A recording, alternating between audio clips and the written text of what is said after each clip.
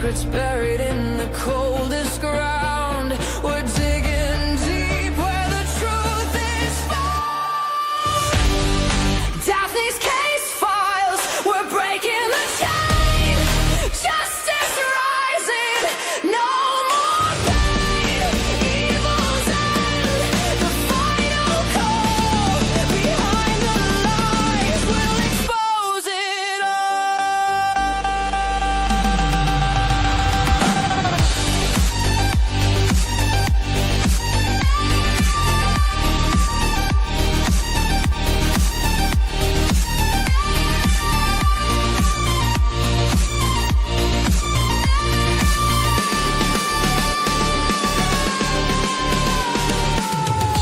Whispers echo in the darkened halls.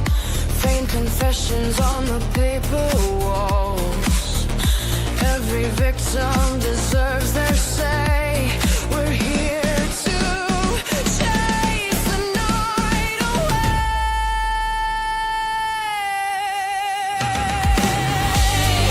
Daphne's case files, we're breaking the chain. Justice rising, no more pain. Evil's end, the final call. Behind the lies, we'll expose it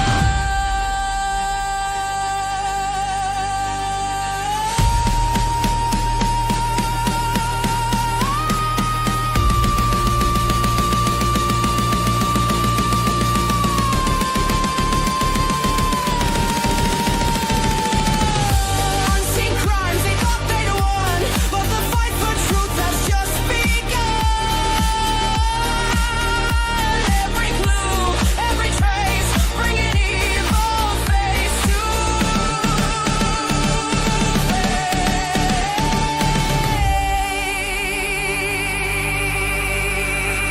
face. Hello and welcome back to Daphne's Case Files. I hope everybody is having a wonderful day. We will be going over a very sad story. I have found out some information about Dr. Tepe and his wife, Monique, and the beloved couple. You know, they were found fatally shot in their home on December 30th. They had two young children in the home that were unharmed. Ages 1 and 4, you guys, were found safe and unharmed inside the home. And there was no forced entry, but there was bullet casings found. There is a person of interest. I got some really good information to show you guys today. So stay tuned for this packed filled live. So welcome in, everybody. I'm going to welcome in everyone, and then we're going to jump right into it. I put their picture up here on screen. It's just a travesty what happened to them. Hello, Peacemaker. Good to see you. I'm glad that you are here. Hello, Angel Wings. Hello, Kim. Hello. Thank you for being here. Kelly. Hello, my dear. Good to see you. Robin Groom. Hello. Thank you for being here. Linda. Hello. Thank you. And Miss Sherry Lynn, hello, thank you. Deborah, thank you. Going up, hi Angel Wings, good to see you. Robin Edwards, hello, good to see you. Appreciate you. Mod Squad, I like that. Linda B, hello so much. Trina Kent, hello. I'm out, hello, good to see all of you. If I missed you, hello, I appreciate all of you for being here. I want to jump right into this. Hello, Sherry and HG. Good to see you, and Deborah. Thanks for being here. Let's jump right in. So this is a photo of the couple and their two young children, right? I want to just push this because there was no forced entry at all. So that has to tell us that someone had to have known the code to get in their home. So could it be somebody that was close to them? It sure sounds like it to me. I think it's somebody that they knew, to tell you the truth. Just my opinion on the whole thing. I want to bring you over to something really quick. So check this out. I actually found some interesting things. there's a homicide report, right? Now I do want to say this video is not made for children. This is made for adults only. All right, so this is a homicide report for their community crime map. And you could see here that on 12/29, right? And it states it was at 10 o'clock, at 10 o'clock p.m. So that's something new, right? So why this is important is because of the timeline. And we're going to get into that in just a moment. So just keep that in the back of your head. Let's go ahead and start with the timeline. And give me 1 second, you guys. Let me get rid of that and go over to our next screen. I hope everybody is having a wonderful day. It's so good to see all of you. So I just want to read this over. And I just want to go over the basic info right here before we get into everything. So on December 30th, 2025, at approximately 10:04 a.m., right? So 10:04 a.m. is when the police officers were dispatched. But we just saw on the crime line there that they're saying it was like around 10 p.m. Columbus Police Patrol officers were dispatched to the 1400 block of North 4th Street for a well-being check. The officers arrived at the scene and located 2 adult victims. Mr. Spencer Tepe and his wife Monique Tepe suffered apparent gunshot wounds. Both victims were pronounced deceased at 10:11 a.m. The Columbus Division of Police Homicide Unit is asking that anyone who may have a video or photographs other than digital or other digital evidence related to this incident, including suspicious individuals or vehicles from December 30th, right, between 12 a.m. and 9 a.m. in the area bordered by Summit Street, east boundary to North Grant Ave, west boundary, and East 7th Avenue, south boundary to East 11th Avenue, north boundary. Use the attached QR code to upload that evidence to assist with the investigation, and the submission may remain anonymous, and no account is required. So look at them, such a happy couple. Well, who would have done such a horrible act? Hi, Linda. Good to see you. Hi, Remy Stuff. Good to see you.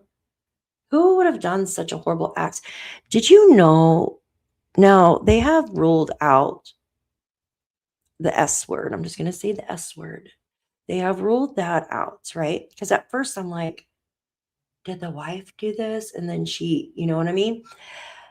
Did you know that dentists have one of the highest S rates, or did? They're still up there, right? Did you know that? I didn't know that until about 6 months ago. I don't even know how I found that out, but it popped up somewhere when I was like searching. And I was like, oh my goodness. And then I thought, well, maybe this is what happened. Yeah, Ash Cash, it does sound like it's somebody that they know or knew. Now, I know some were saying that it could be like someone that owned the home prior. Now, we have to look at the date too. It was right before New Year's Eve. Were they planning a New Year's party? Did they have someone come in that may have been like decorating, like going to decorate for New Year's Eve or do music or something like that? Were they planning any kind of party? Were they planning any kind of moving or anything like that? That's something, the police obviously have to look into. Let me go over here. We're going to go over this. And then I have a video that I want you guys to hear too. So it's just things you got to look at, right? Who have they been in contact with? I have the 911 calls. And man, there were several 911 calls. And we'll go over that in just a moment too. But first I want to bring all this to your attention. Like I said, I have an action-packed video, you guys. So yeah, jealous coworker, an ex maybe. Yeah, I was thinking an ex too. It has to be somebody that knew the code to get in. Now, there was rumors that their garage was broken into prior, like a couple weeks prior to this happening. But you got to think about it, like, right? So you could tell the husband was the main focus here because he had more bullet wounds, right? And the wife had one. So that's why I thought maybe it was like you know what I mean? I'm gonna maneuver my chair real quick. So the S word, you know what I'm saying? That's what I thought it was. But they ruled that out. They said it wasn't that. So, someone has been obsessively watching their wedding videos since December. Are you serious? Oh, wow. So I wonder if it could have been someone like an ex-girlfriend, but it looks like we'll go over to the video, the surveillance that was put up. That looks like a man walking, right? That looks like a man walking in the surveillance. Yeah, it's very interesting. Very interesting. So I want to just read over some of the stuff, you guys, and then we're gonna cut right into the videos. I got the most like updated stuff within the past like 20 minutes. Goes on to say the Columbus, Ohio community is in shock after the senseless murders of Dr. Spencer Tempe and his wife Monique, described by family as warm, welcoming, and devoted parents. Their lives were abruptly cut short just 1 month shy of their 5th wedding anniversary. And Remy, and you say someone was obsessively watching their wedding video, which their wedding anniversary was coming up. Their 5th wedding anniversary is coming up, and someone was obsessively watching their wedding video. Wow. A jilted lover and ex. And that makes me wonder, like, how long has the husband owned the home, or was it the wife's home? Has this person been in the home before? Because if it's an ex, right? And that's what it kind of looks like. If it's an ex, then you would think that they would have the code to get in. But and what about cameras? Was there any Ring doorbell cameras? Was there any kind of other cameras that they could have had on there? Now, some of the phone calls that were made too were quite interesting, the 911 calls. We're going to listen to that as well. So, yeah, that is definitely quite strange. It goes on to say their children, a 1-year-old and a 4-year-old, were found safe but orphaned by this horrific act. You can hear them in the 911 call screaming. It is so sad. It's so sad because they don't know what's going on, you know? Um, Tonight, we delve into the details of a case that has left family members heartbroken beyond words as they search for answers and justice. So, this is a short timeline. I just want to go over it with you before we delve into the video footage. So, 2 a.m., this is on December 30th, and this is the day, like the day of the discovery. 2 a.m. to 5 a.m. This 3-hour window is the crucial time frame in which detectives believe that their unaliving occurred on the 2nd floor of their residence in Columbus, Ohio. A person of interest was captured on video walking in a nearby alley during this time. It goes on to say approximately 9 a.m., Spencer Tempe fails to show up at work at his Athens based dental office, which was it's like he never, you know what I mean? It's his office. He shows up all the time.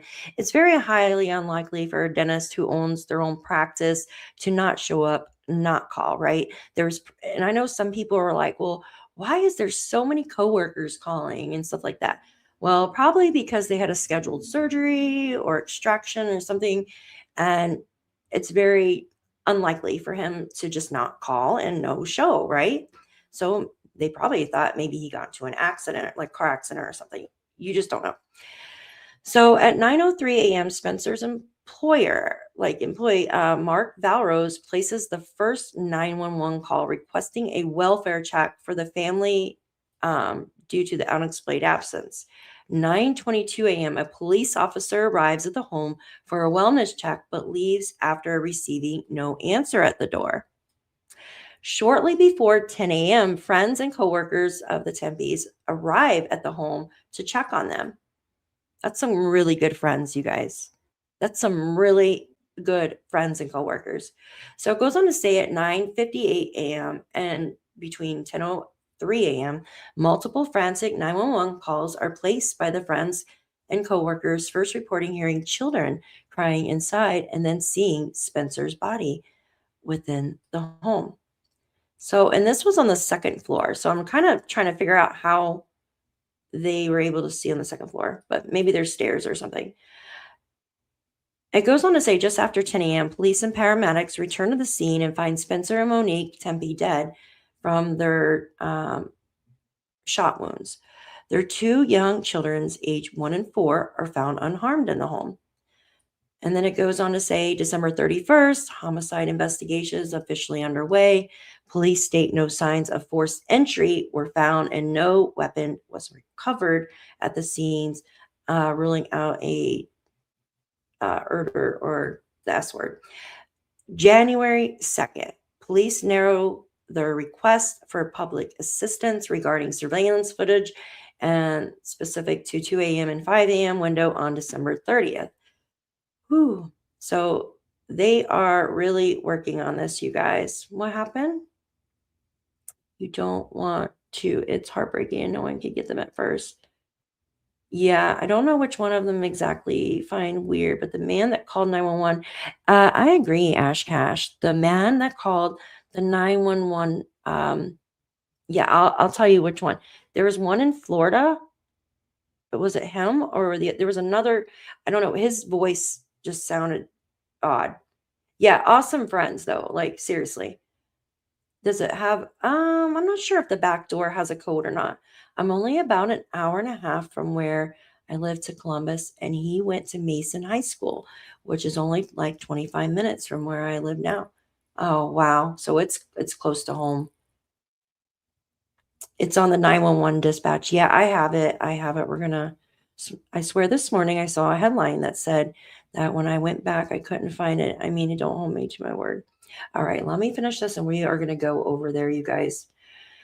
It goes on to say that on January 5th, the police release a grainy surveillance footage of a person of interest walking in an alley near the Tempe home during the critical time frame, urging the public to help with identification. I've got a clear version of it too, and I know Justin showed a really clear version of it last night. As of January 6th, a suspect has not been identified, and the police are actively following up on numerous tips from the community. Okay, so let's get out of here. We are going to go listen to this 911 call in just a moment.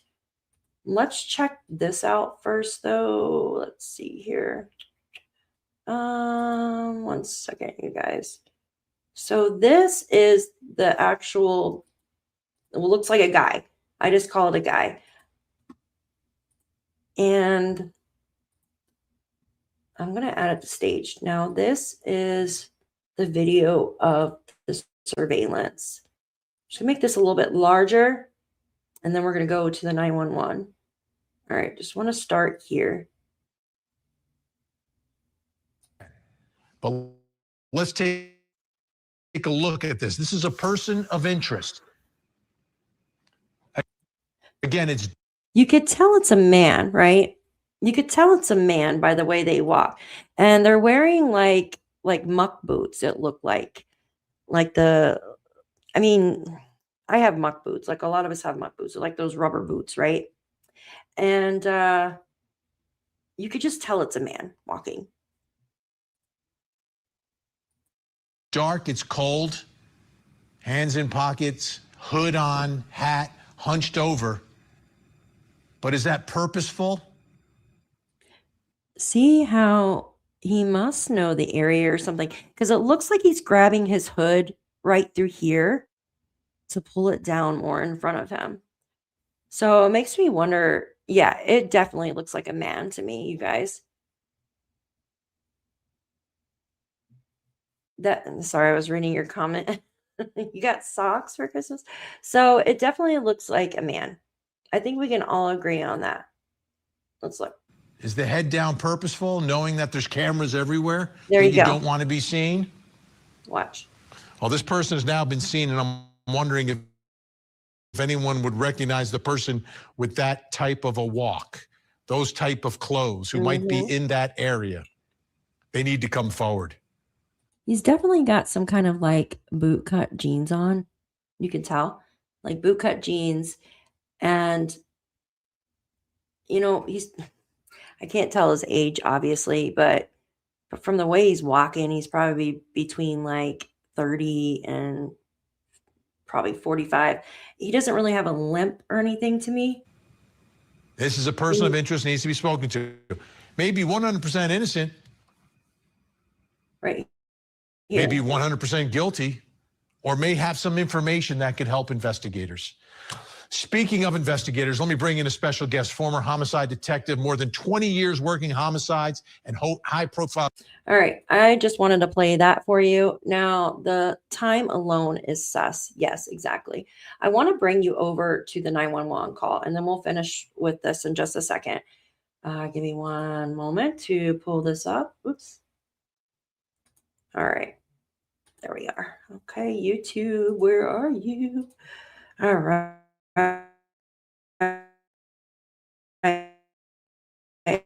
So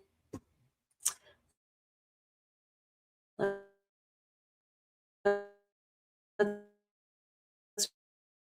pull this up, and give me a sec. Let me remove this one. Okay. How is everybody doing today? Staying warm? We're actually supposed to have a heat wave. We're going to get up to like 50 degrees, you guys, here in a couple days. I'm like, whoa. And then it'll get cold again, right? Like, just. All right, here we go. Here's the 911 call. Let me pull this up and make it a little bit, well, there's really nothing to watch. It's just to listen to. All right, let me add it here so you can see it. All right, 911 call. All right, I'm going to make sure the volume is up. If you guys, yeah, I know, up to 50. Daphne, check your email. Okay, give me just a second. I'm going to play this 911 call, and then I will check the email. All right, let me do this. And I'm just going to. Now, what's changed since the last person I talked to? There's a body. There's a body inside? Yeah. Okay, hold on one second. Let me get you on the line with the medic, okay? Stay on the line. Columbus Police, Tech 107. Yes, I would like to ask for a wellness check on an individual at their home. Where are you calling from? Well, I'm currently in the state of Florida. I'm on vacation, but this individual, Spencer, works with me, and he did not show up to work this morning, and we cannot get a hold of him or his family. He didn't show up to work? Oh. Correct. Okay. Does he have medical problems or? No, and he's been reliable, and we cannot get in touch with him, his wife, his family, anybody that lives in that house. So There's you're 2 in kids in the Florida. home. I'm in Florida. I own the business. I was informed by my employees that he was not at work, and he runs the office. So did you receive information that he may have been involved in an accident or? No, ma'am. I just know that he is he is always on time, and he would contact us if there was any issues whatsoever. And I just don't know how else to say this. Like, we're very, very concerned because this is very out of character. And we can't get in touch with his wife, which is probably the more concerning thing. Okay, we will send somebody over as soon as we have an officer available, okay? Okay, thank you very much. Okay, what's the emergency there, police or medical? Maybe both, I guess. I don't know. I'm kind of doing the We already wellness. had a call out there. They knocked on the front door and back door multiple times and there was no answer. Yeah, no answer. I can hear kids inside, and I swear I think I heard one yell, but we can't get in. At this point, I don't know if I need to break the door in or just get in the house or. Okay, I got to ask you guys a question. Yeah, the one in Florida, right? So he says he's in Florida, he's on vacation or something. Now the first guy I don't know. There's something about the first guy that's hi Violet, good to see you. The first guy gives me vibes. I don't know. Maybe it's nothing. What do you guys think? What do you guys think? I'm gonna pull up an email in just a minute too. Yes, Peacemaker, I agree. Check. Yeah, I agree. She was. It was like, you're the blah blah blah caller again, right? Yeah. I'm jealous of anybody over 10 degrees. Yes. The first guy is really sus to me. And for someone to be that crazy to be watched, if it is the same person, and what if it's the same person that was watching the wedding video over and over? They would be sick enough to make that call. Listen to this. What? Okay, were you out there when the police was out there? I wasn't. I just got here about 5 minutes ago. Okay, we'll send them back out to you. Okay, thanks. Bye. Okay, what's the emergency there? Our boss did not report to work. We haven't been able to get a hold of him for 3 hours. We are on site and we can hear. Okay, I just talked to somebody there. Rude. Okay, I'm just making sure somebody called. Yeah, I just got a call from somebody and sent it back up for dispatch. Okay. Are you there because you're not showing that you're at the No, I'm station? en route there. I'm en route there. Okay, what is your name? My name is Cam, C-A-M. Okay, I'll let him know. Okay, thank you so much. Bye. We got several calls on that. What's changed since the last person I talked to? There's a body. There's a body inside? Yeah. Okay, hold on 1 second. Let me get you on the line with the medic, okay? Stay on the line. Is it a cat? Oh no, that's the baby's crying. It sounded like a cat at first. Listen. Sorry, I'm like.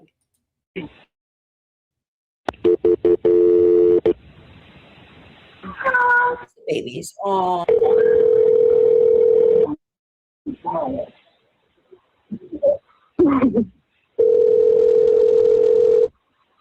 Oh my God. All right, I mean, that's what's going on there.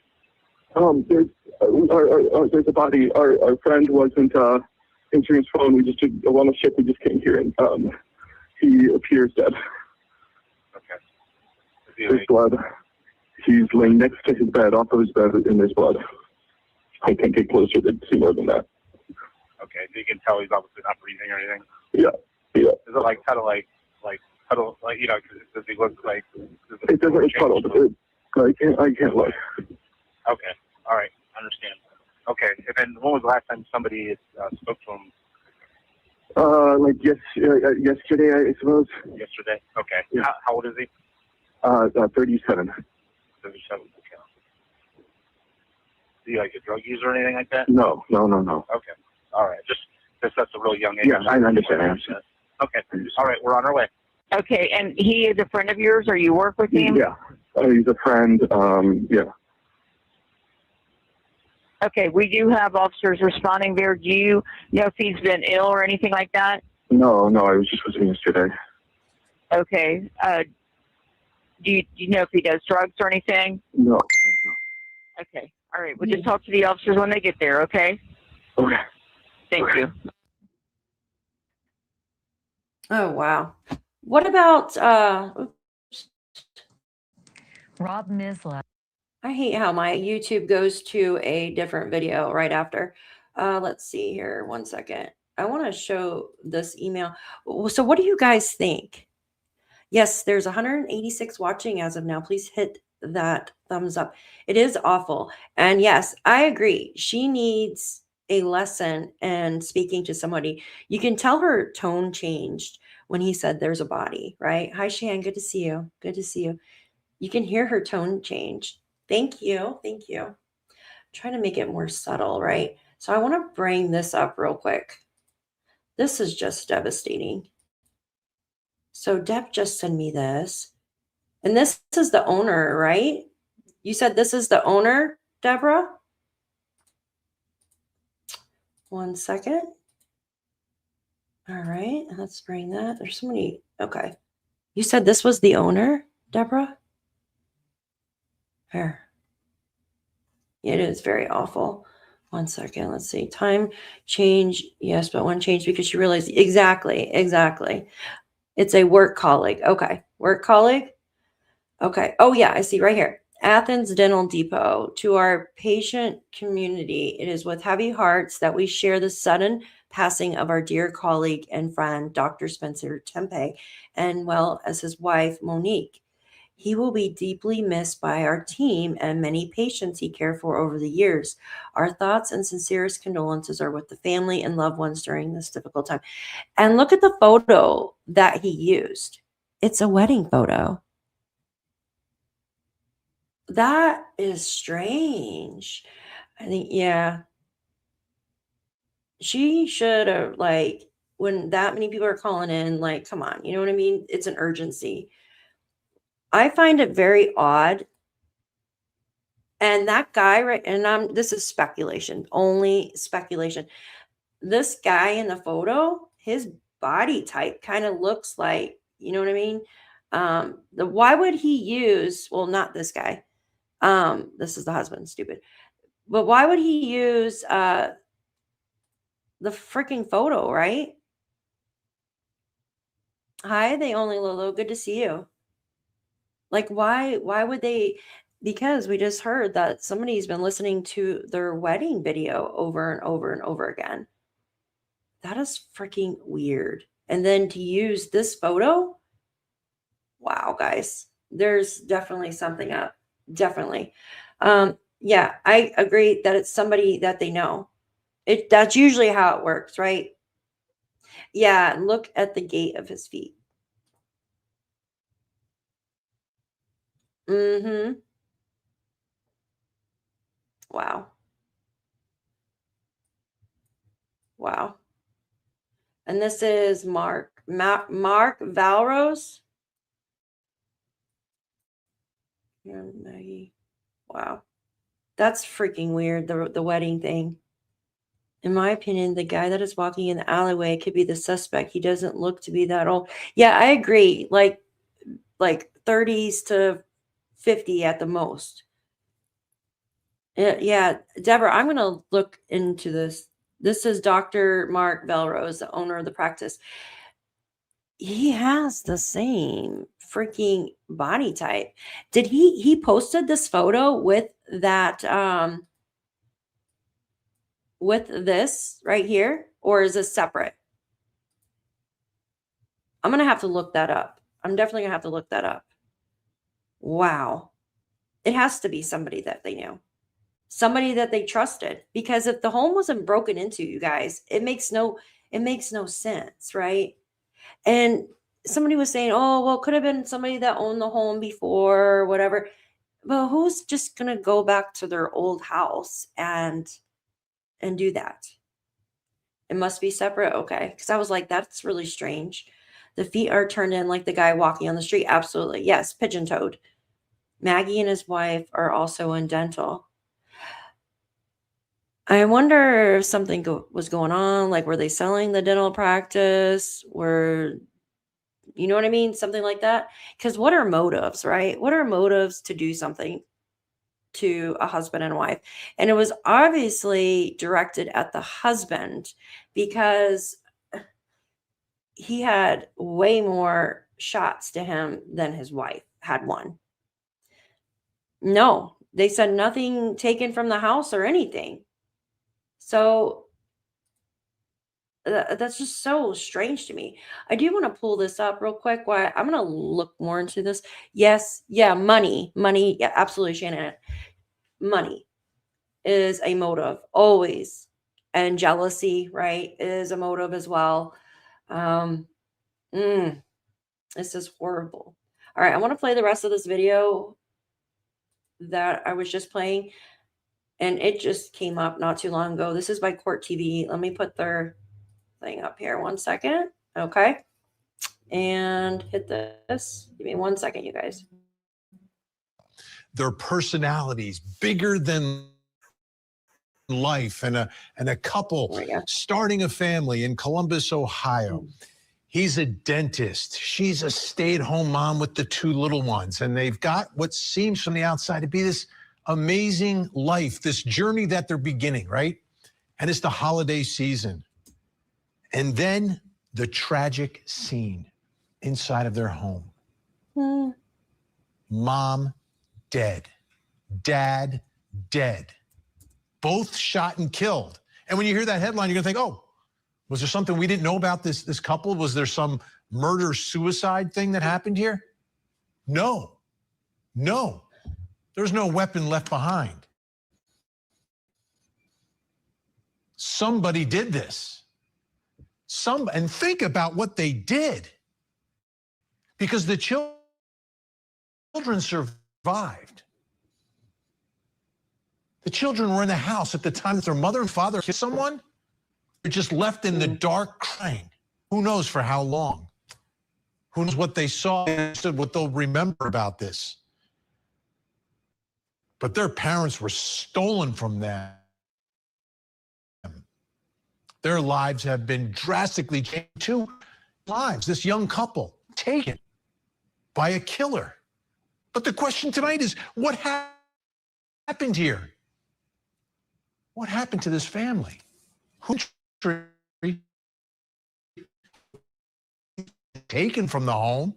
Was a home? What happened here?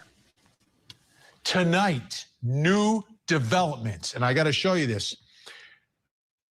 Video released from the police over in Columbus, Ohio.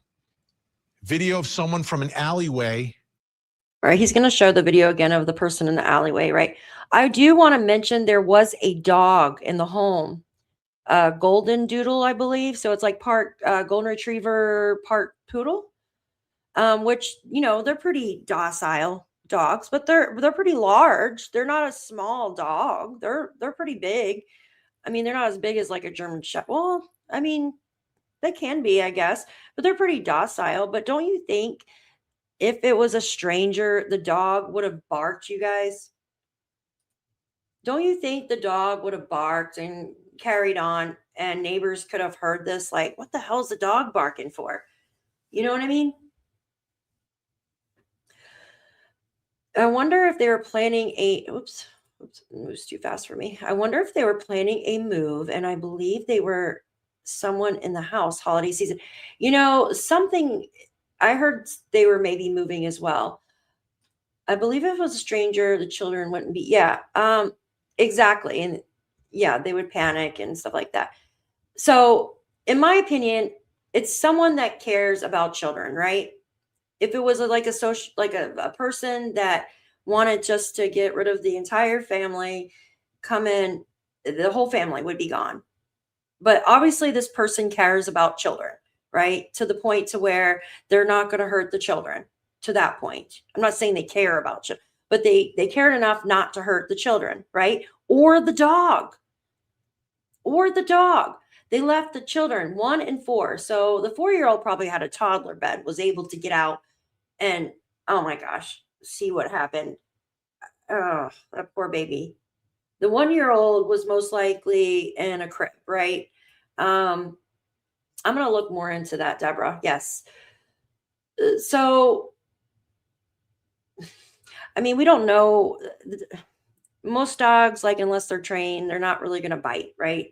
Now, if someone breaks into my home, my dog's biting their legs off. But it's just the type of dog she is too. But the thing is, like, the dog should have barked and barked and barked because somebody's hurting their owner, somebody that's not familiar. But think about it. If it is somebody that's familiar, the dog wouldn't have really barked, right? I think so too. I think it's somebody that was familiar with them. It has to be, you guys. It has to be somebody that was familiar with the family. To have the code, it's not, I honestly do not believe it's somebody that owned the home previously and just decided to one day, oh, I'm going to come in, and you know what I mean? I honestly don't think that. There's a motive to this, and it has to be, you know, money or jealousy or something like that, right? Dentists get really pissed off if another dentist decides to branch out on their own and take patients. Yes, absolutely. Absolutely. And get their own practice. Absolutely. A lot of dentists that I've met are Yeah. So that's another thing to keep in mind. Both children are alive and the dog, right? I want to say they lived there for 8 years. If I'm wrong, put it in the chat.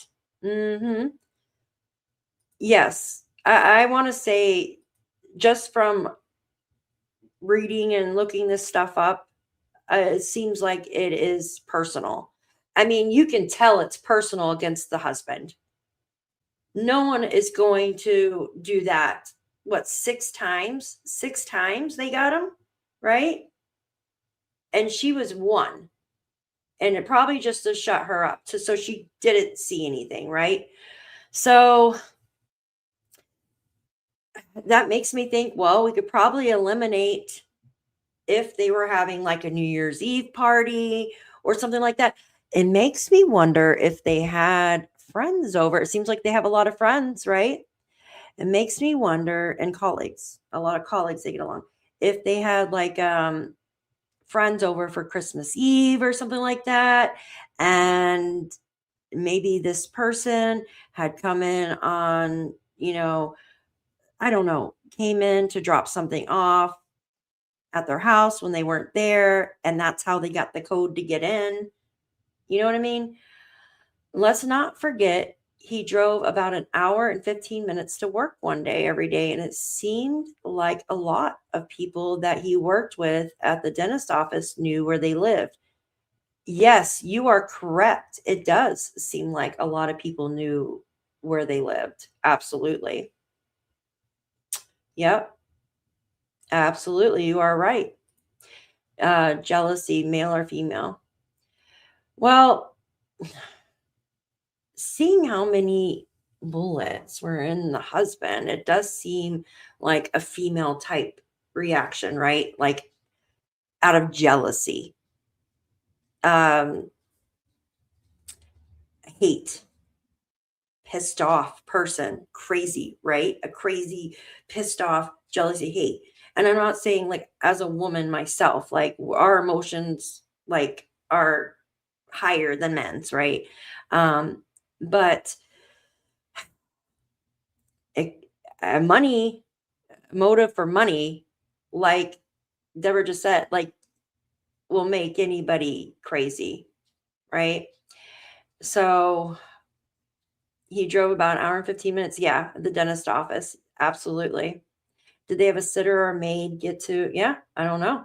Daphne, they had their wedding at the house with friends and colleagues. Wow. And that makes me wonder too, Deborah. So if they never changed their code to get in their house, I wonder if some of these colleagues or friends had that code to help out with the wedding, or wanted the wife to watch him get. Yeah, could absolutely. I listened to 911 calls. I never heard a dog. Yeah, they had one, and it's okay. Business partner or an ex. Yeah. Absolutely, you guys. Absolutely. All right, let's watch the rest of this. And I'm looking into that guy too. Close to the home. Unfortunately, when you watch this video, what you're going to see is not 100% clear. A lot of times these surveillance videos aren't. As a matter of fact, it reminds me so much of the Delphi video to a certain extent. Yeah. But let's take a look at this. This is a person of interest. Again, it's dark, it's cold, hands in pockets, hood on, hat, hunched over. But is that purposeful? Is the head down purposeful, knowing that there's cameras everywhere that you don't want to be seen? Well, this person has now been seen, and I'm wondering if anyone would recognize the person with that type of a walk, those type of clothes, who might be in that area. They need to come forward. This is a person of interest, needs to be spoken to. Maybe 100% innocent, maybe 100% guilty, or may have some information that could help investigators. Speaking of investigators, let me bring in a special guest, former high-profile cases. Phil Waters with us. Phil, great to see you. Thanks so much for being here. let's talk about this video first. This is the latest thing that's been released.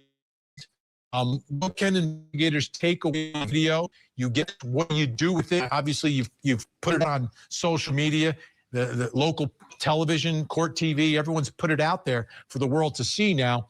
Are detectives taking anything else away from this video?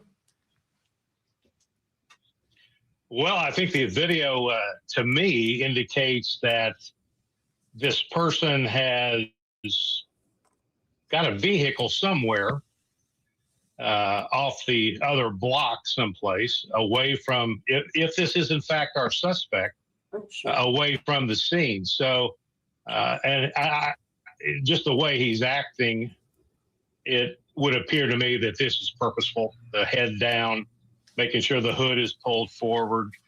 So there's a lot of things going on here that this looks like this is the best suspect going at the moment. So let's take that to the next level, right? A lot of people are wondering, is this someone that they knew perhaps? Because there's no sign of forced entry. Now, obviously, a door could have been unlocked, but it seems like it's someone who showed up purposely that night, may actually know them, but as you're pointing out, didn't park in front of the house. So this is something that seems to be planned then.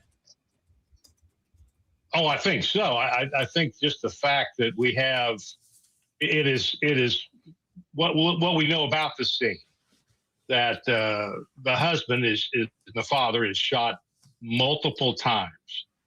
She is shot once in the chest, at least if that's what's been reported. So it's obvious, I think, to anybody that he is the target. Now, what we don't know is what caused him to be the target. This appears to be something, I would be shocked if it's not something very, very personal. I think it goes beyond the, this dentist performed a bad root canal. I mean, this is something that, and then they leave the children. They know the children are there, and yet they commit the murders, leave the children unharmed, and the children appear to be, at least from the pictures that I've seen, appear to be old enough that they can be interviewed, do a forensic interview with them, and see if they can give them any more information. Did they know this person? Oh, yeah. Is this person a relative? Is this person an associate of some kind that they've seen in the home before? Oh. The fact that there's no forced entry. I mean, all of these factors point to a person that was known by this young couple. Now, I want to give you some more information here. After discovering the bodies of Monique and Spencer Tepe inside their Weinland Park home, this is December 30th, Sergeant Joe Albert from Columbus Division of Police provided an update to the reporters from WBNS 10 TV. At this time, we have no indication that this is a murder-suicide. So that's something that we're working through to determine if it's something like that or if it is truly a double homicide. We've got a little more information here, too, from the Columbus Dispatch. Columbus police records said Spencer was shot multiple times, like you said. Shell casings were recovered at the scene. Columbus police said no gun was found and determined their deaths were not the result of murder-suicide. What kind of information can they get from those shell casings, Phil? Well, they're going to run a knife and check on those shell casings to see if perhaps that firearm was used in a related incident at another time. If they don't get anything from that, I would imagine in a case like this, and in every homicide case, the bodies are evidence. And I would be interested to see what the autopsy reveals, if these are contact wounds or if there's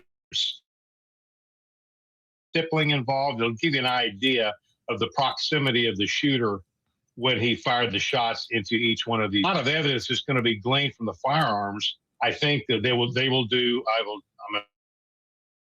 assuming they will do SEM kits as a matter of drill, and that's to determine if there's any gunpowder residue on their hair, because obviously a firearm was fired in their presence. But it will be interesting to see if there is a very small amount of gunshot residue on their hand or a large amount. So the firearms evidence is going to be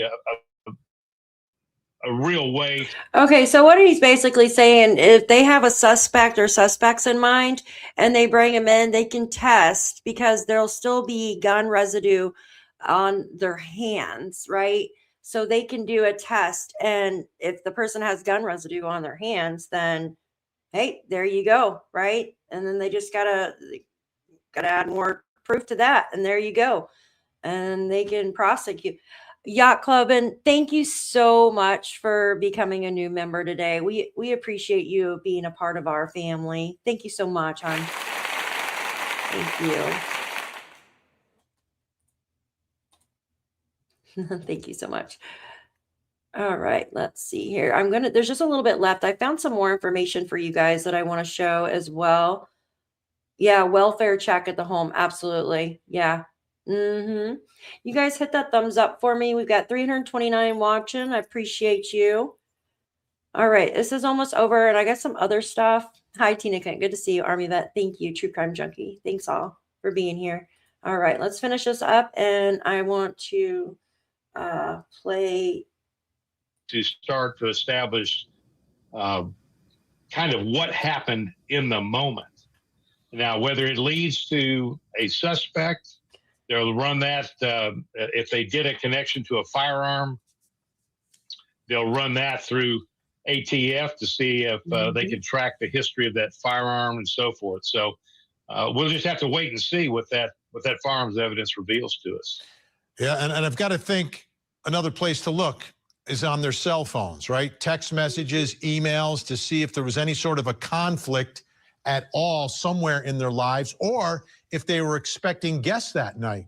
And if so, would they have that information already by tonight, or does it take time to get the cooperation from the phone companies, et cetera, to get that type of info? Well, if they've got the phones at the scene, obviously if they can get into the phones and cell bright those phones or use some other data piece of equipment that can pull the data off of the phones, the first thing I'm going to be looking at is who are the last people that contacted these folks. Yeah. Who did they talk to? And then these are going to lead you to other avenues of the investigation. So you're going to be heading that to those people and find out, okay, you spoke to them at this point in time. What was that conversation about? Look at their text messages and so forth. So we're trying to establish a timeline here as who they contact with them and what time did that occur.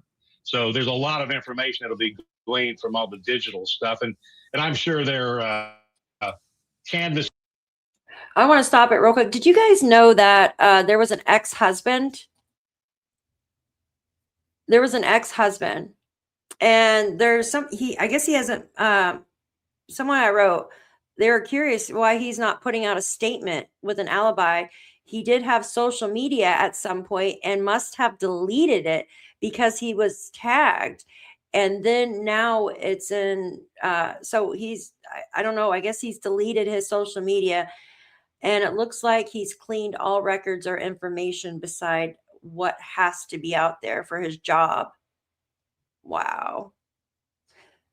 So I didn't know there was an ex-husband too. But why would the ex-husband have the code? Right? I don't think, did you guys know there was an ex-husband? Yep, there's an ex. Yep. Ex is a doctor. Yep. Yes, he got remarried. Yep. Yep. So he is now like deleted like all his like social media stuff other than like what he has to have for work. Yep. Yes, it's crazy, right? The neighborhood, canvassing the neighborhood where we see this possible suspect walking from. We want to see if people notice something that was unusual about the setting that day. Did they see vehicles that are not normally seen there? Did they see this individual? Did somebody see this get out of a car on the other side and walk across? So I'm sure that the detectives are hitting that canvas pretty hard. You never know until you ask the question about what someone saw. Absolutely. Phil Waters, great to have you aboard. Thanks so much. Great to see you. Thank you, Vinny. Happy New Year. Happy New Year. All right, let's bring in our think tank. Joining me tonight, criminal defense attorney, former prosecutor Al Wunsch III, along with criminal defense attorney Darnell Crossland and family law attorney Jennifer Brandt. Great to see everyone. First show of the new year. All right, Al. To me, this is shocking, right? Because you hear this scenario, most people think immediately murder, suicide. But the case here, so it seems like investigators are going to have to dive into the lives of Spencer and his wife Monique to see what was going on, if there was a conflict with someone out there. Well, but it looks to me like it's a professional hit, because the way the individual was walking and, you know, keeping his head down and walking in a measured pace, not running, because that would be the first mistake, especially because it looks like it's slushy and snowy and icy out there. So that it'd be a situation where they could possibly trip or fall, or also they would, you know, actually get attention if you see a guy running in that kind of an outfit at 3 o'clock or 4 o'clock in the morning. That would be something that would, you know, somebody in the neighborhood would probably see and say something about. So it looks to me like it's a professional hit. Now, dentists carry a lot of drugs. Dentists have a lot of, they have gold. They have a number of other things that they deal with. I mean, I know because I have a number of dentists that are clients that I've gotten weapon permits for, to carry permits, because of the fact that they have a extensive amount of drugs, and also gold for fillings and silver for fillings, things along those lines, which are precious, actually precious commodities. So it looks to me it's a professional hit. I'm also really curious as to how his office reacted the way they did, because he was a little late. Yeah, we'll get it. I go into my house every morning. Yeah, but I mean, you know, he was a little late, and they were right on top of that, where they were sending people to his house to see where he is. We'll get into that in just a moment. Darnell, let me ask you: no forced entry, zero forced entry here. I mean, yeah, so there's no forced entry, and everyone talking about the garage. The garage is separate from the home. So it's a detached garage. So from my understanding, you cannot enter the home from the detached garage, if that makes sense. So these look, I have to look at the neighborhood better. Some of these townhomes, like usually the garages are like all together, like across the road, or it's interesting. I have to figure out like where their garage is, but it's detached. So yeah, dentists don't use gold or silver anymore, or mercury. Yeah. Well, I mean, some people, they do use gold plated for people's, like some people want gold on their teeth. So they have gold plated. Yeah. Yeah. She wasn't married to him long. I don't know how long they were married, but I believe not long. Well, they were married for almost 5 years. Yeah. Yeah, I believe it's somebody that they know too. I think it's a colleague. And how did the guy get inside, you guys? How did this man get inside? The one, remember, that had called, and you can hear the baby screaming, like how, and then he says he's inside the home. He called twice. He called twice, I'm pretty sure.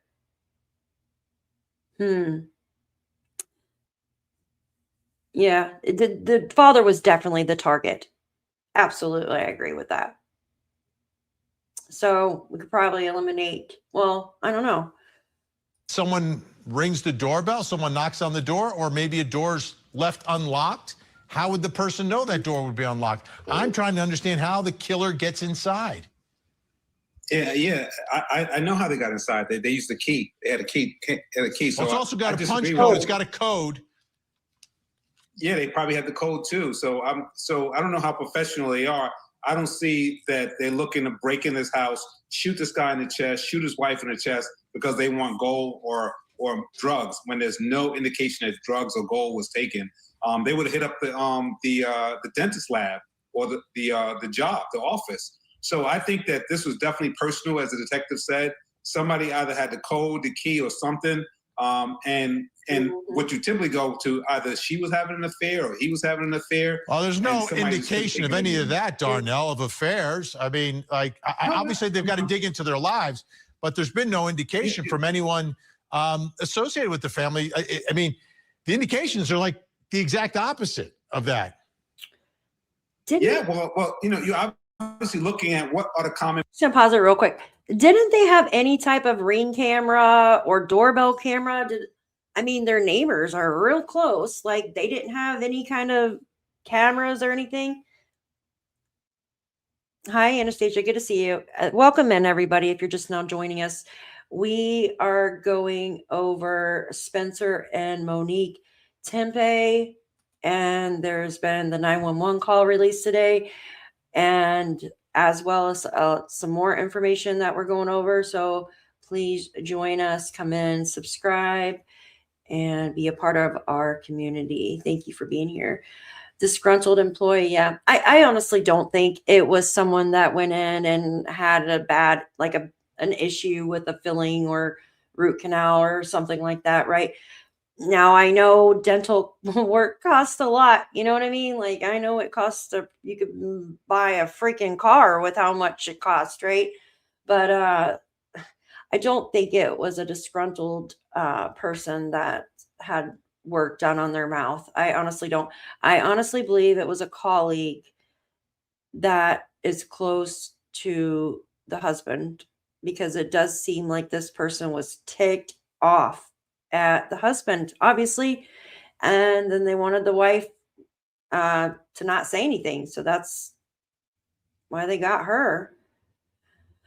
Yeah, I thought so too, Yacht Club, and I thought I did too when I was looking at the photos. There's going to be a private vigil for Spencer and Monique and community members of Weinland Park. Oh, what do you know what time, Deborah? Thank you. On the front door, they had a Ring camera, not on the back door. See, yeah. So now we know there was a key and a code. Do you have to use both, or I mean, someone would have had a key somehow. If it was somebody that he worked with, and say there's a key, say they got a hold of his keys, say they hang up their keys, or they keep it, you know, he kept the keys in his pocket, and somebody that he worked with grabbed his keys and grabbed the house key off there. That could have happened like that, if you think about it. A no-show is permissible on his care. Yeah, see, that's the thing too. They would have started calling right away, you know, especially within hours pass. If it's the, you know, head of the practice, it's not just some employee, it's the actual dentist. He probably had a scheduled root canal or something, and they can't do it unless he's there. And that's why, you know, they were all calling. And then the one lady calling when she was on her way to work or something was motives. And what you see in these cases, we've done a lot of these on court TV. Somebody falls in love here. We don't have the proof yet. It's too early. But I don't think it's a crime of opportunity for any money or anything like that. It's something very personal, as the detective said. And what's more personal than affairs of the heart? We don't have proof of that. Yeah. But I'm just saying, if I was a betting man, I would say this wasn't about money or any material. This is an affair of the heart or something like that. Jennifer Brandt, you know, two aspects. The other aspect, you know, how they get in, and then the children are there. I mean, it's a beautiful home. We've been showing it, but it's not a huge home. Like it's you know, it's an up and down. It's not a sprawling type of house. I mean, they are close by when all this happens. Yeah, well, Vinny, we really don't know what happened at all. And I think everybody's just speculating at this point. It could be completely a mistaken, you know, a house that someone was targeting, and they got in there and this couple was there and they panicked and shot them. I mean, we really don't know why it was this couple. It didn't seem like they had any enemies, or it didn't seem like anybody was having an affair. And, you know, how did this person get in? Well, they could have known the code, or they could have hacked the code. They could have knocked at the door. Who knows? I mean, how they got in. But you know, this person walking, I do agree with Al. The person walking in the alley was Yeah, the person walking in the alley. That's just. But think about it. These cameras ran by Wi-Fi, guys. You can hack into them and cut them off. Yes, the thing with the CCTV camera on the street, almost from no, those you can't hack into. So wired ones are, well, I mean, I'm sure there's a way to hack into them. They're very difficult, but the ones that are like Ring cameras and stuff, you can absolutely. These people hacking, it's ridiculous. So they could have shut those off, even, right? It appears though, through the process, he keeping his face concealed. Absolutely, I agree with that. Yeah, Cassie, it is the baby. I agree with that. He was keeping his face concealed. So that tells me that he has to know the area, because if he's walking by something, I can't tell. It looked like I have to watch it again, but it's dark in that one area. He has to know. I'm saying he because it looks like a man. That's why he pulled his hood down more in the front, right? So I don't know. whether that is a suspect or not. I mean, this person seems pretty cool and collected. Looks like he's walking pretty slowly and just taking his time, not really running or in a panic. So, you know, could it have been a professional hit? Perhaps, but who would target this couple? And I think that's what the investigators are really going to get into now is why and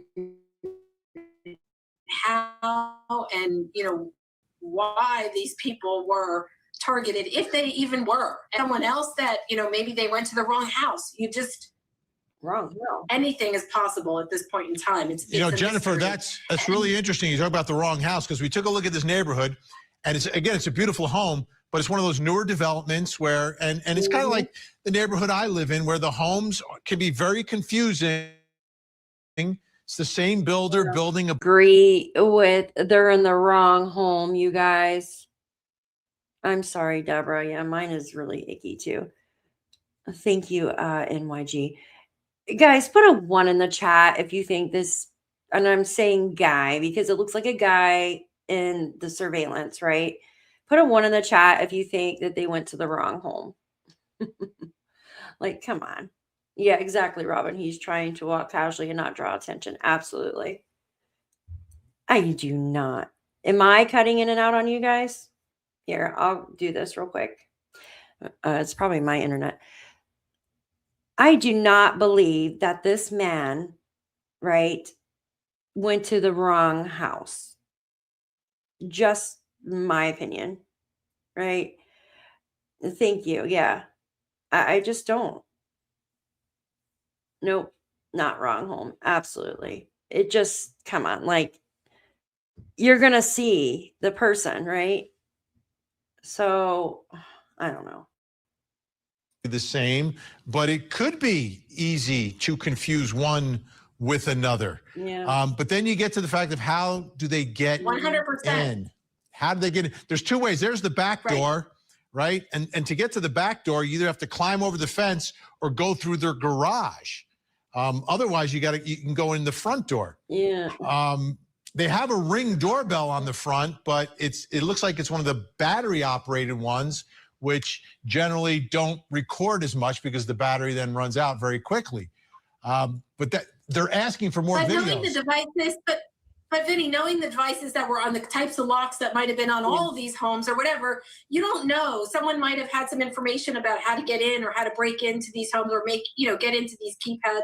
There's a lot of possibilities of, and why they didn't hurt the children. Well, that's not, so questionable. I mean, these were 2 little children there. Not that this person had a heart, but he sees these babies there basically, and they're not going to tell anybody. They're really young children. So maybe just left and, did what he did and just got out of there. Yeah, there have been reports that the children are, we believe, 4 and 1 years old. There you go. Okay. Oh, let me stop that. Stop.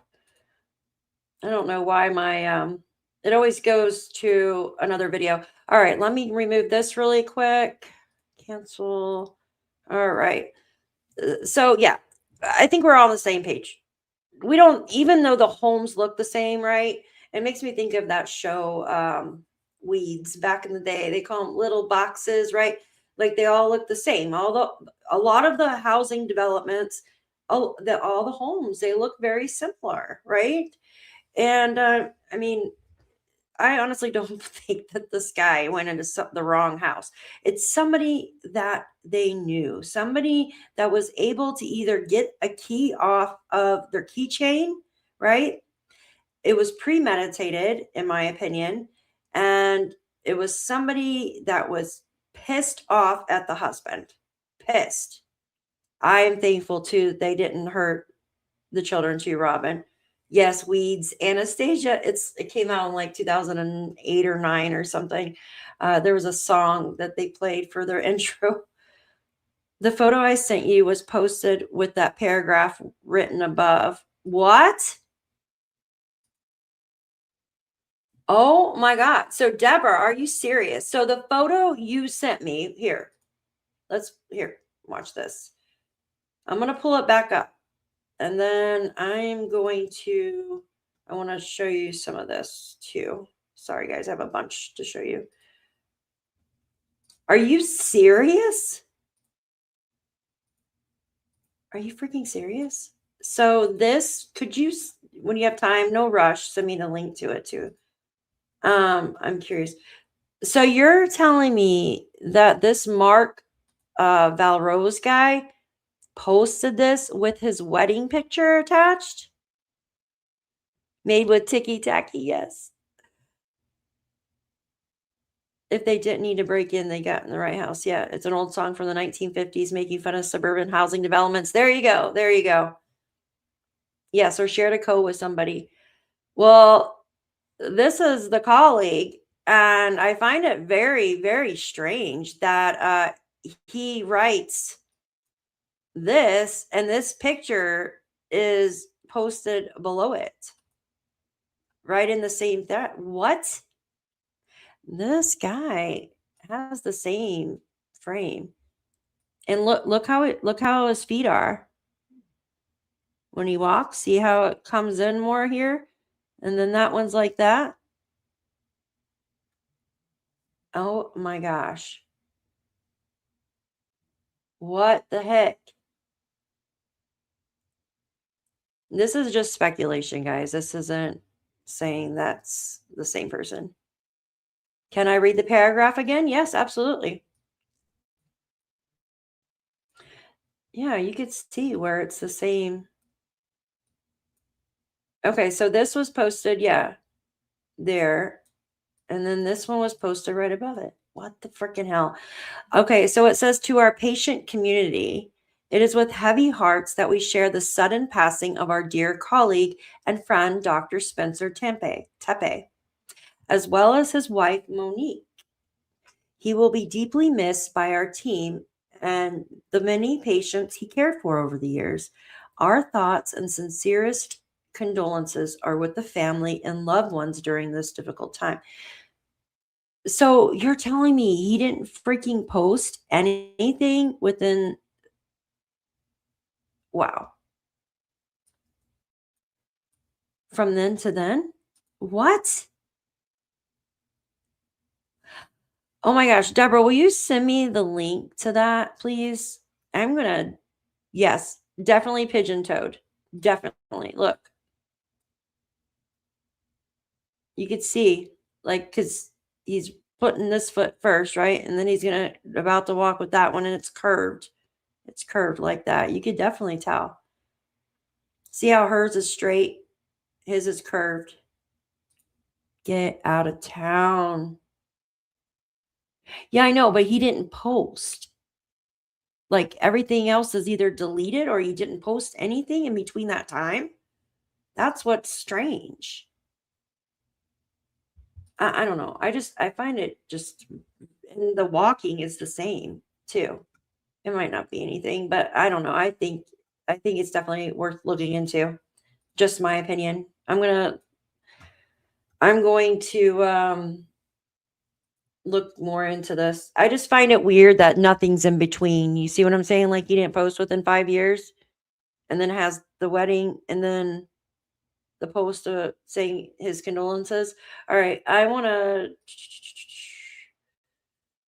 read over this. It's kind of some motives and stuff that I want to go through. Give me just a sec. Pull this up. Oh my God. I'm having like the worst ear pain for some reason today. Oh, it's crazy. Are we sure about the pick this announcement? Yeah, I want to. Deborah, will you send me the link, honey, to my email? I know it's on Facebook, but I'd have to. All right, let me read over this stuff real quick. Let me do some more searching on that, and then I'm going to update you guys.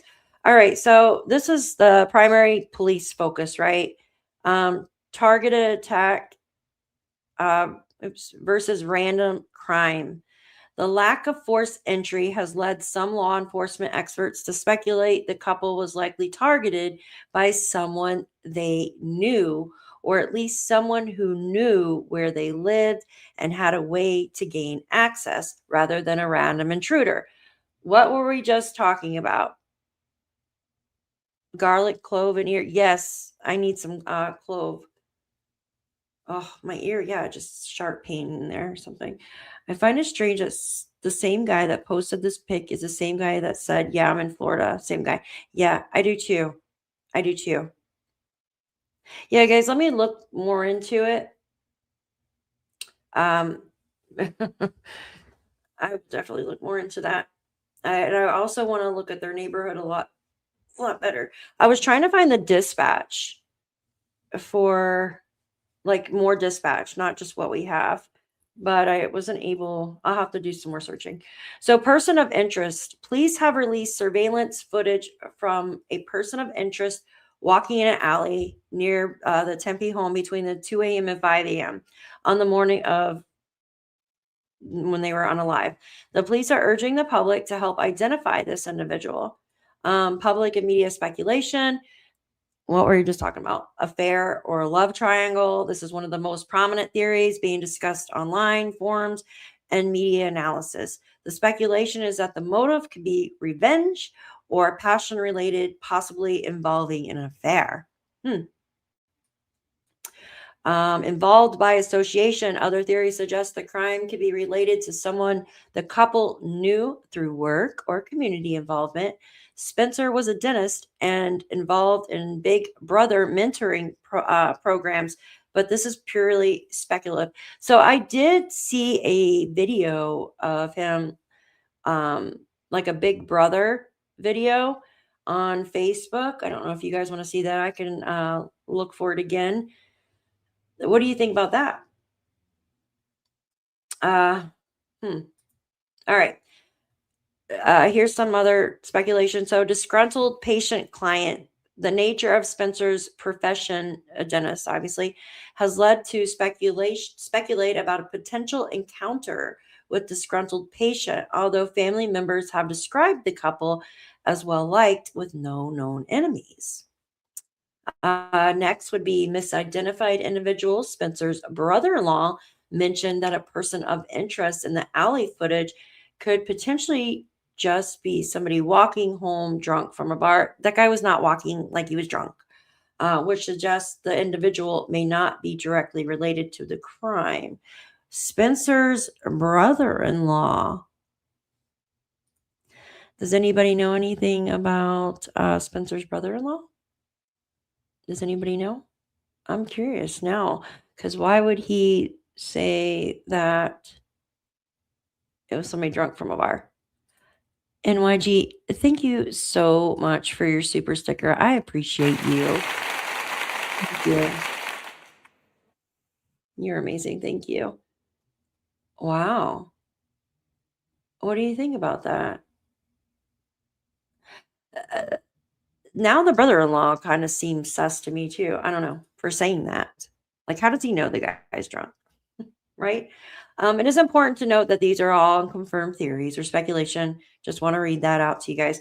And that the investigation is ongoing. Authorities are urging anybody with any information about the case to contact Columbus Police Homicide Unit at area code 614-645-4730 or submit an anonymous tip to Central Ohio Crime Stoppers at area code 614-461-TIPS or 8477.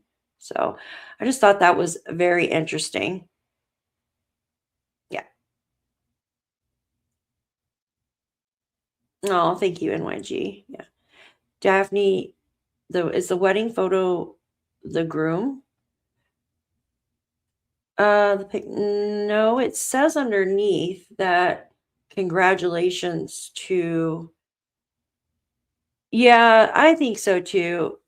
Yeah, like he is saying it wasn't me. Yes, and that's what I was trying to get at. Like he was saying it's not me. Huh. What does the brother-in-law look like? I need to do some more research on this. Can you go back on the covered face video? Yeah, of course. Give me a second. I just got to look for it. Just give me a second, okay? Is this okay? 1 second. No, I didn't want to do that again. All right, I'll find it. Give me a sec. All right, this should be in here. Let's see. I want to read an article to you too. Let me pull up my YouTube. Actually, it might be in here. Let me remove this and go to here. Let's see. Where are you at? Okay, here is a. So this is the Columbus. Let me get rid of some of these ads. Goodness gracious. Oh, here. The video is right up here, it looks like. Hold on. It was. Where the hell did it go? I hate all the ads that they have sometimes. It drives me. Okay, 1 second. Oh my God, I need better internet. Let me refresh it, you guys. Hey, Justin, good to see you. Hey, Justin, we need to look into the brother-in-law and the coworker. Dang, you know it was the groom in the picture. No, so I'll tell you who it is. A sec. Photo.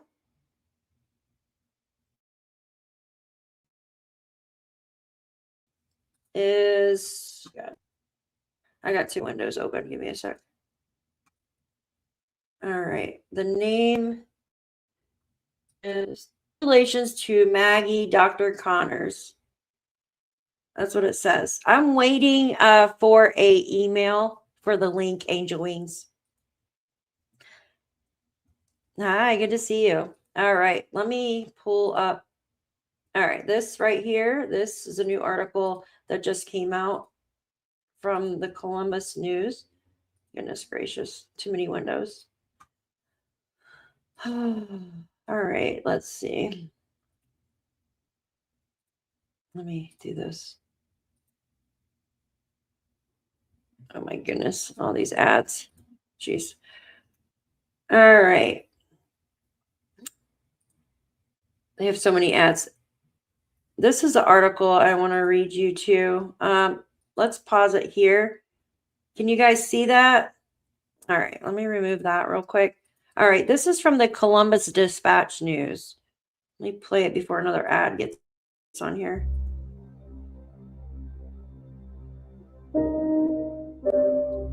That's their home right there.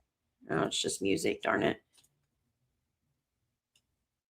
That's their home. And this just came out like a minute ago. Yeah, their homes they all look the same for the most part. It did have all right, let me see something real quick. So it says the private vigil for Weinland Park community members will be held for a couple, Monique and Spencer Tepe, who were found shot in their Columbus home. All right, let me go ahead. The story has been updated to add additional information about the private nature of the event. Community members will be gathering near the home of a dentist and the wife who were found unalived inside their Weinland Park home with their 2 young children inside to remember the couple. The private event, I wonder if one of their colleagues doesn't show up. That also could be really sus too. Did he get rid of it, Deborah? Oh my gosh. They might have got rid of it. Maybe they saw it on my YouTube video and got rid of it. I'll look when I'm done here because I'm definitely going to look into it. The private event for the members of the Weinland Park community honoring Monique and Spencer will allow neighbors to have a space to talk about the events of last week. Monique, 39, and Spencer, 37, died on December 30th after found being shot inside their home, which is on the 1400 block of North 4th Street. The couple's 2 children, both under the age of 5, were found unharmed inside the home by friends of the couple who had gone to check on them. Spencer worked at a dentist in Athens County. According to 911 calls placed by friends, coworkers had tried for several hours to get in touch with either the Tempes with no success, which they called out of character for the couple. The Columbus police went to the home, knocking on the front and back doors. How did the police not hear the children screaming? Because if you remember in the dispatch, you could hear the dispatcher say they just left there. You know what I mean? How on earth did the police not hear the children screaming inside the home? Because you can hear the children screaming when the friend was there before they went inside. I think that's strange. I don't know. Yeah, exactly. The dog wouldn't bark. Yeah, or the dog, exactly. Even if they were up on the second floor. Yeah, but they were awake when they showed up, which was not, it was like, I think they said 10 minutes. The dispatch lady said, we were just out there 10 minutes ago. Remember her nasty tone? Yeah. Yeah. Daphne, domestic violent call was made from the home in previous month. What? Are you serious, Robin? Oh my gosh. But they said it was no self-harm. I'm just going to say self-harm. Where'd you find that? Maybe the police woke them? Yeah. Well, they were on the second floor. I thought, well, it would have to be the wife that did it. If you think about it, if it was self-harm, because there was one on her. I mean, the husband's not going to sit there and stay alive after what, 5 or 6? You don't see, that's BS, Remy. When you have so many people calling for a welfare check, the cops should automatically go and check the back, walk around the yard and make sure, especially if their cars are there, right? I mean, I don't know their garage was detached, so I don't know where they parked. Yeah. Yeah, they're saying it was not a self-harm. Yeah, exactly. But there was a call, though, a month prior. I'm gonna have to definitely look into some more stuff, guys. So friends of the Tempes who had gone to the home shortly before 10 called 911 again after hearing the couple's children crying inside. So the dispatch, so how did the police not hear the children or the dog? But the friends. The friend heard them. Police have not identified a potential motive in the case and have not identified any suspects. So it goes on to say on January 5th, Columbus police released camera footage, which I could probably click on that. We can watch the video again because I know somebody wanted to watch it, showing a person of interest walking an alleyway near the couple's home in the 2 a.m. to 5 a.m. window. Police believe the homicide occurred. And it says anybody with information, call Columbus Police at area code 614-645-4730. And that was updated. That's their That is their newspaper. Let's see if we can pull this up. If not, I can get it on YouTube if this takes too long. If it takes too long to get it. Wait. They just may have not been crying at the point. Yeah. Maybe sleeping still. But how could they sleep through that? I don't know. The 5-year-old had to have woken up and seen. If they didn't hear anything or see anything suspicious, they can't enter the residence unless it's a matter of life. Yeah. It was like a 10-minute. Oh, wait. All right. Wait. First thought, 2 days off. Somebody, how could they see? Okay. 1 day off, and the boss called from Florida. Yeah, that's very strange. Can they go into wellness check to see if it's immediate medical call? I have seen that. Usually for adults, they don't they wait. Okay, here's the video. Oh, this is the grainy one. That sucks. All right, let me blow it up so you guys can see it a little bit better here. All right. Oh God, why do they have to play music?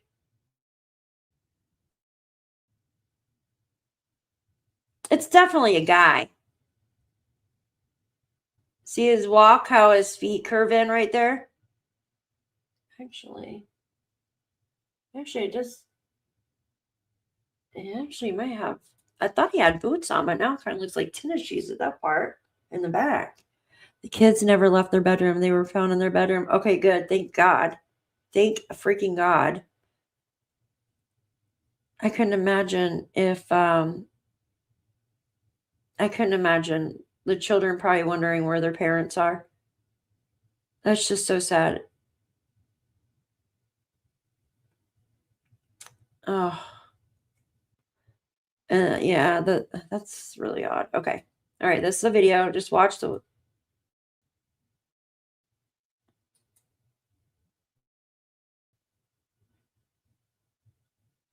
See how it covers right there? There has to be some type of camera or something.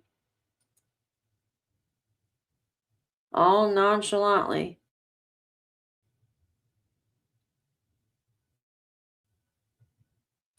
How tall are those trash cans? Those trash cans are what, like 3 foot tall? How tall are those recycle cans? You guys know?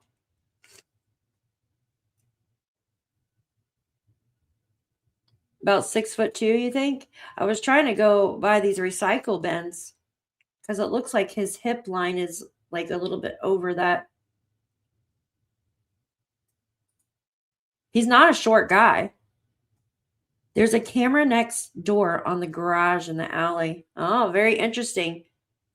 He looks over this way. Yeah, he's trying to hide his face from the camera. They should be able to get the footprints, though, from him.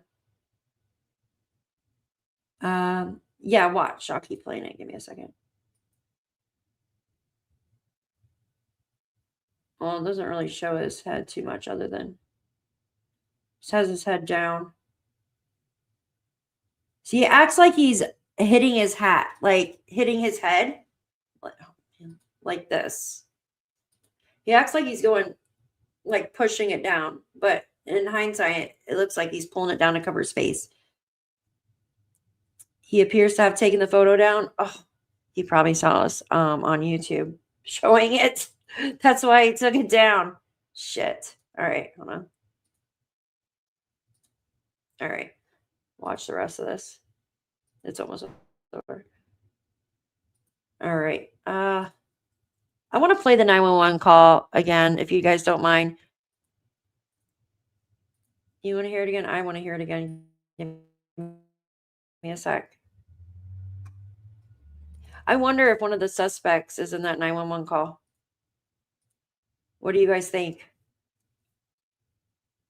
All right. Give me a sec. Make sure it doesn't play without us. Stop playing without us, please. All right, here we go. Do this. All right. All right. There's the 911 call again. Here, I'm going to blow it up so you guys can see the closed captions. There we go. All right. Oop, there we go. Person I talked to. Now, what's changed since the last person I talked to? There's a body. There's a body. There's a body inside? Yeah. Okay, hold on one second. Let me get you on the line with the medic, okay? Stay on the line. Columbus Police, Tech 107. Yes, I would like to ask for a wellness check on an individual at their home. Where are you calling from? Well, I'm currently in the state of Florida. I'm on vacation, but this individual, Spencer, works with me, and he did not show up to work this morning, and we cannot get a hold of him or his family. He didn't show up to work? Correct. Okay. Does he have medical problems or? No, and he's been reliable, and we cannot get in touch with him, his wife, his family, anybody that lives in that house. So There's you're 2 in kids in the Florida. home. I'm in Florida. I own the business. I was informed by my employees that he was not at work, and he runs the office. So did you receive information that he may have been involved in an accident or? No, ma'am. I just know that he is the most, he is always on time, and he would contact us if there was any issues whatsoever. And I just don't know how else to say this. We're very, very concerned because this is very out of character. And we can't get in touch with his wife, which is probably the more concerning thing. Okay. We will send somebody over as soon as we have an officer available, okay? Okay. Thank you very much. Okay, what's the emergency there, police or medical? Maybe both, I guess. I don't know. I'm kind of doing the We already wellness. had a call out there. They knocked on the front door and back door multiple times, and there was no answer.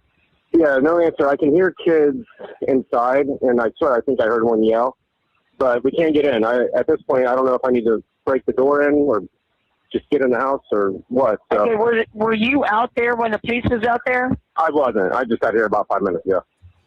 Okay, all right. Well, we'll send them back out to you.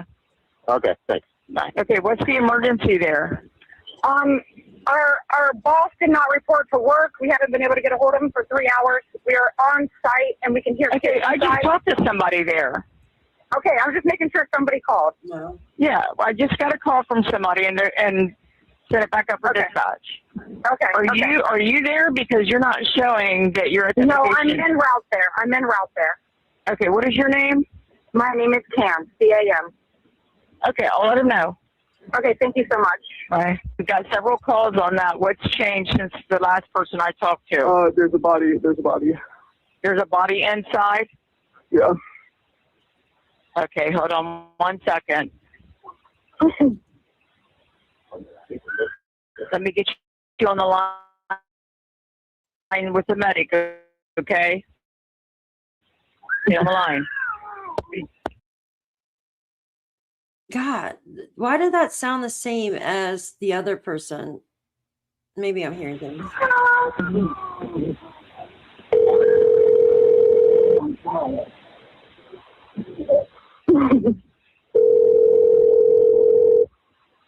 Oh my God. All right, I mean, that's what's going on there. There's a body. Our friend wasn't answering his phone. We just did a wellness check. We just came here, and he appears dead. Okay. There's blood. He's laying next to his bed, off of his bed, in his blood. I can't get closer to see more than that. Okay, so you can tell he's obviously not breathing or anything. Yeah. Is it like kind of like huddle, like, you know, does he look like? It doesn't look puddled. I can't look. Okay, all right, understand. Okay, and then when was the last time somebody spoke to him? Yesterday, I suppose. Yesterday. Okay. Yeah. How old is he? 37. 37. Okay. Is he like a drug user or anything like that? No. Okay. All right. Just because that's a really young age. Yeah, I understand. Okay. All right. We're on our way. Okay, and he is a friend of yours, or you work with him? Yeah. He's a friend. Yeah. Okay, we do have officers responding there. Do you know if he's been ill or anything like that? No, I was just with him yesterday. Okay. Do you know if he does drugs or anything? No. All right. Okay. All right. We'll just talk to the officers when they get there, okay? Okay. Thank you. Okay. All right, guys. I have something to show you. Give me a sec. Let me get rid of that. I got some stuff I got to show you. Oh, wow. So give me a sec. I'm pulling it up. Holy crap, you guys. There was something I thought it was true, but it wasn't. But I got a couple things I got to show you. So is this it right here? I swear. I was in there searching for, if I can get it to load. Come on. Okay. So here, this was just posted 28 minutes ago. Oh, wrong one. Let me upload the right screen here. I got too many screens open. All right. This one right here. Okay. Let me get rid of that. All right. We can all see it. All right. So news 911 call at Ohio dentist home reported domestic dispute months before him and wife. So yeah, American Justice, I agree. It was very rude, very rude. They knocked on doors, no answer. Why they couldn't see Spencer if nobody answers. Yeah. Yeah. So check this out. Tragic news from Ohio months before Dennis Spencer Tepe and his wife Monique were found shot. A 911 call reported a domestic dispute at their home. Their deaths remained under investigation as police seek a person of interest. It's just posted like 28 minutes ago. What the freaking heck? All right, now I want to show you something else. So he was part of a hi Donna, thank you. Yeah, very interesting, right? Well, I heard you guys talking about it in chat. So I was looking that up. I also want to show you this. Give me a second. Is this it? Yes. Sorry, it just takes a minute because I got 500 windows open here. Let me get rid of those. I don't need those. Okay. Now, this would be a YouTube video too, but first. So I guess he was part of like Big Brother. There we go. Which a lot of dentists and doctors do. Oh, Robin, hi, hon. Yeah, if you want to send me something, you can send it to Daphne's Files at Gmail. Thank you. Yeah, no, I agree. There's my email if anybody wants to. Yeah, it could absolutely be family related as well. Truth and transparency, Lana. She onto something big. I will help solve the case. Please. Someone was Googling and uploaded their wedding several times. That is so strange, Joan. How they sat there and watched the wedding video over and over and over. That's so weird. Okay, so this video features Dr. Spencer Tempe speaking about his experience as a big brother with Big Brother, Big Sisters of Central Ohio. In the interview, Spencer shares why mentorship mattered. So this was another speculation that a lot of people were having. What if it was somebody he was mentoring? Like, right? I don't know if I can click on that or I have to go to. Hearing him speak in his own words offers a powerful glimpse into the kind of person he was, thoughtful, engaged, and deeply committed, right? So let's see. This is, can I just click on this? No. Facebook doesn't make it easy. All right, let me just put this in here and it should take me right to the video. All right. It's only 3 minutes long, so just give me a sec. All right, let me remove this. We'll go over to, sorry guys, I just keep pushing all this at you. Right here, right? Okay, perfect. Let's open that up. Yeah, I think we could all probably agree that it's someone personal to him. Absolutely. All right, let me, oh shoot. Let me play this for you guys. Make it larger so you can see. Volume's up, right? Okay. sometimes like people have siblings and family at home that support them, but sometimes they need someone else, someone experienced, and they're there for you when you need them. I thought it was a perfect opportunity to have a role model, male, an adult outside the house that he can share stuff if he needed to. Because a lot of times I feel that kids are not comfortable about talking some of the stuff at home. Hans has been the easiest match I could have possibly imagined. Since day one, I've known him as a diligent student. He's been focused. He's always been really respectful, kind. He's a really nice guy. He has a really like laid back and lighthearted attitude, but like when I need advice, he's always there for me. He's been the perfect model for Hans. He is being that person that if I doubt on something, I will call him. I've just tried to remain a role model as best as I can and demonstrate the importance of an education and just really kind of encourage him to pursue more and to do more. When Hans was recommended for skipping 7th grade, first thing I did was call Spencer. Spencer, what do you think? He's like, we're not going to keep him bored. He's going up. You know him. He can do it. He's mature. I'm like, okay. So I called the next day the teacher and I said, okay, he can go. So up to that point is how much I trust Spencer. I went to be an industrial engineer when I grew up. I like math and I like using logic to figure out problems. When I was doing my college search, I wasn't sure like what school I wanted to go to. Did I want to go to like in-state, out of state, big school, small school? So he helped guide me. My favorite thing about being a big has been how I've become part of his family and he's become part of mine. And it's gotten to a point now where his extended family comes into town from North Carolina or from California, and we all assemble, get together, and break bread together, and it's the most fun thing in the world. Spencer's always been there, like to push him a little bit more than what he wants to do, like he feels that he can do. He's been really supportive.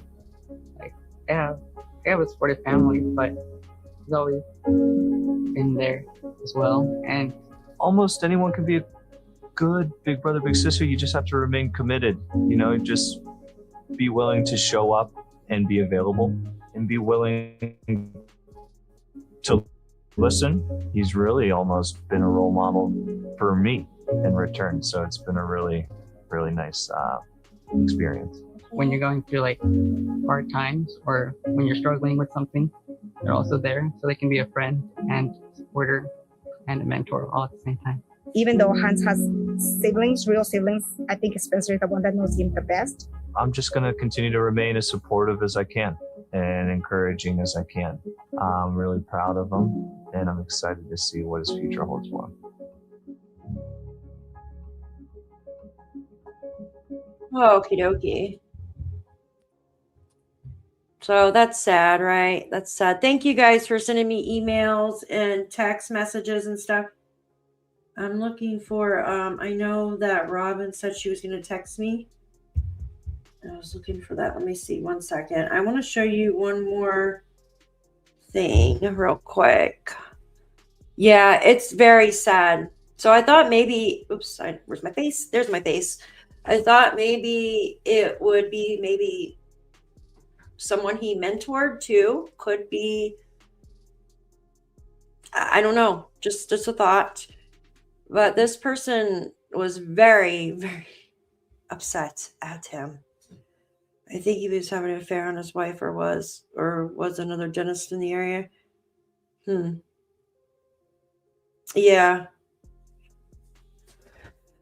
Yeah, it's all just kind of, yeah, good to see all you guys. Okay, so Raturi sent me a photo, an image here. Let's see. So this is the back of the house. Here, let me remove this. You said this was the back of the house here? make sure you're okay. Show this. Oh, thank you, Robin. Let me check, hon. How do I?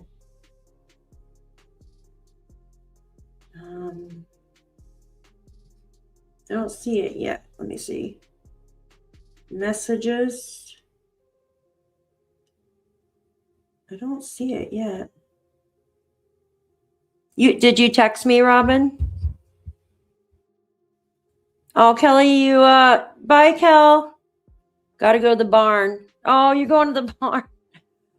All right, honey. I will talk to you later. Thank you so much for being here. I appreciate you.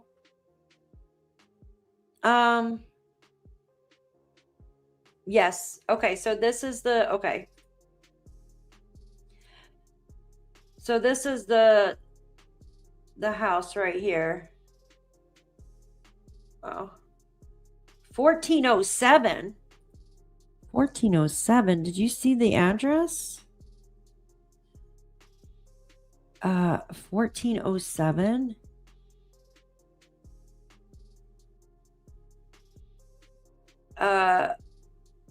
If you follow me with the Jack and Lily case, do you know their address is 1407? Am I seeing that? Am I seeing that wrong?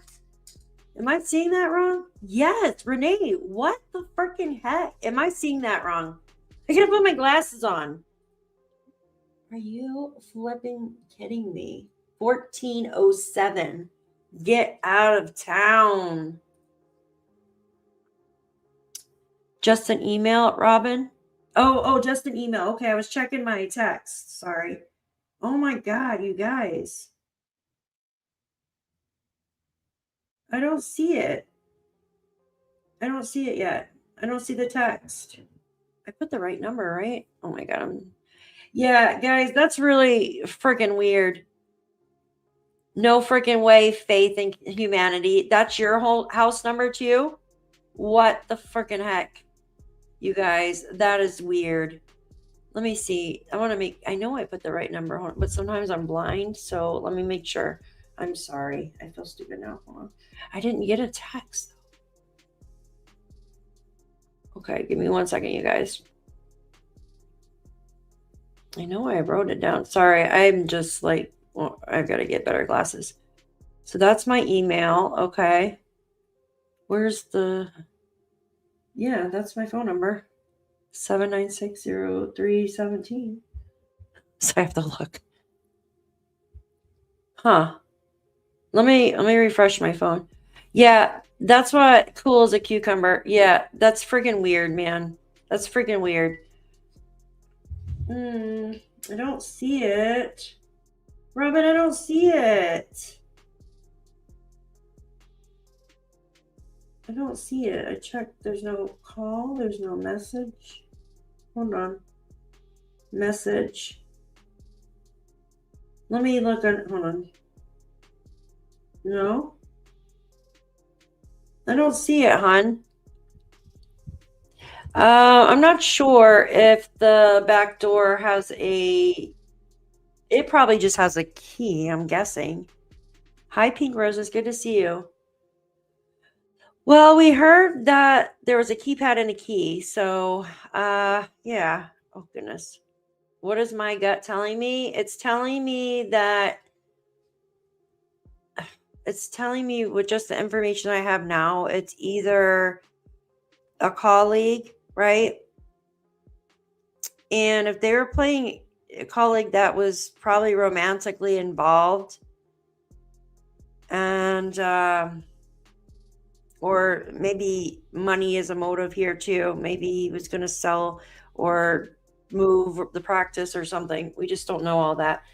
Especially with the wedding video being played several times, that right there is and now with the address in the house is really suspect to me. Hi, Andrea. Good to see you, hon. Is Robin still in here? All right, let me check. Give me 1 second. I will check something really quick. No, I didn't want that. Goodness gracious. All right.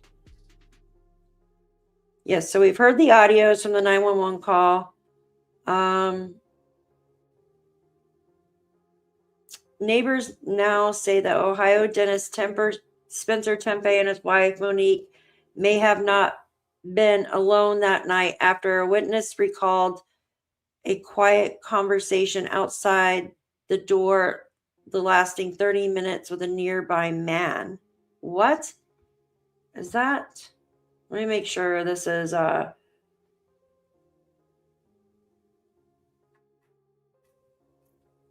never heard of this, but News 75 today. We can read it real quick. Spencer's sister and brother-in-law are currently taking care of the children. They appear happy and unaware of what happened. They don't know how to tell the older daughter that their parents. I couldn't imagine. What about, is that the mom's side or dad's side? Magdalena, thank you for your chat. Oh my gosh, I want to show you this real quick, you guys. The neighborhood has a very bad neighborhood around it. Yeah, you know, there are neighborhoods like that where you'll have like really like nice homes. Like that home probably costs like around what, between 500 to 600,000. You sent a text. I still haven't got it, honey. I don't know why. Oh my gosh.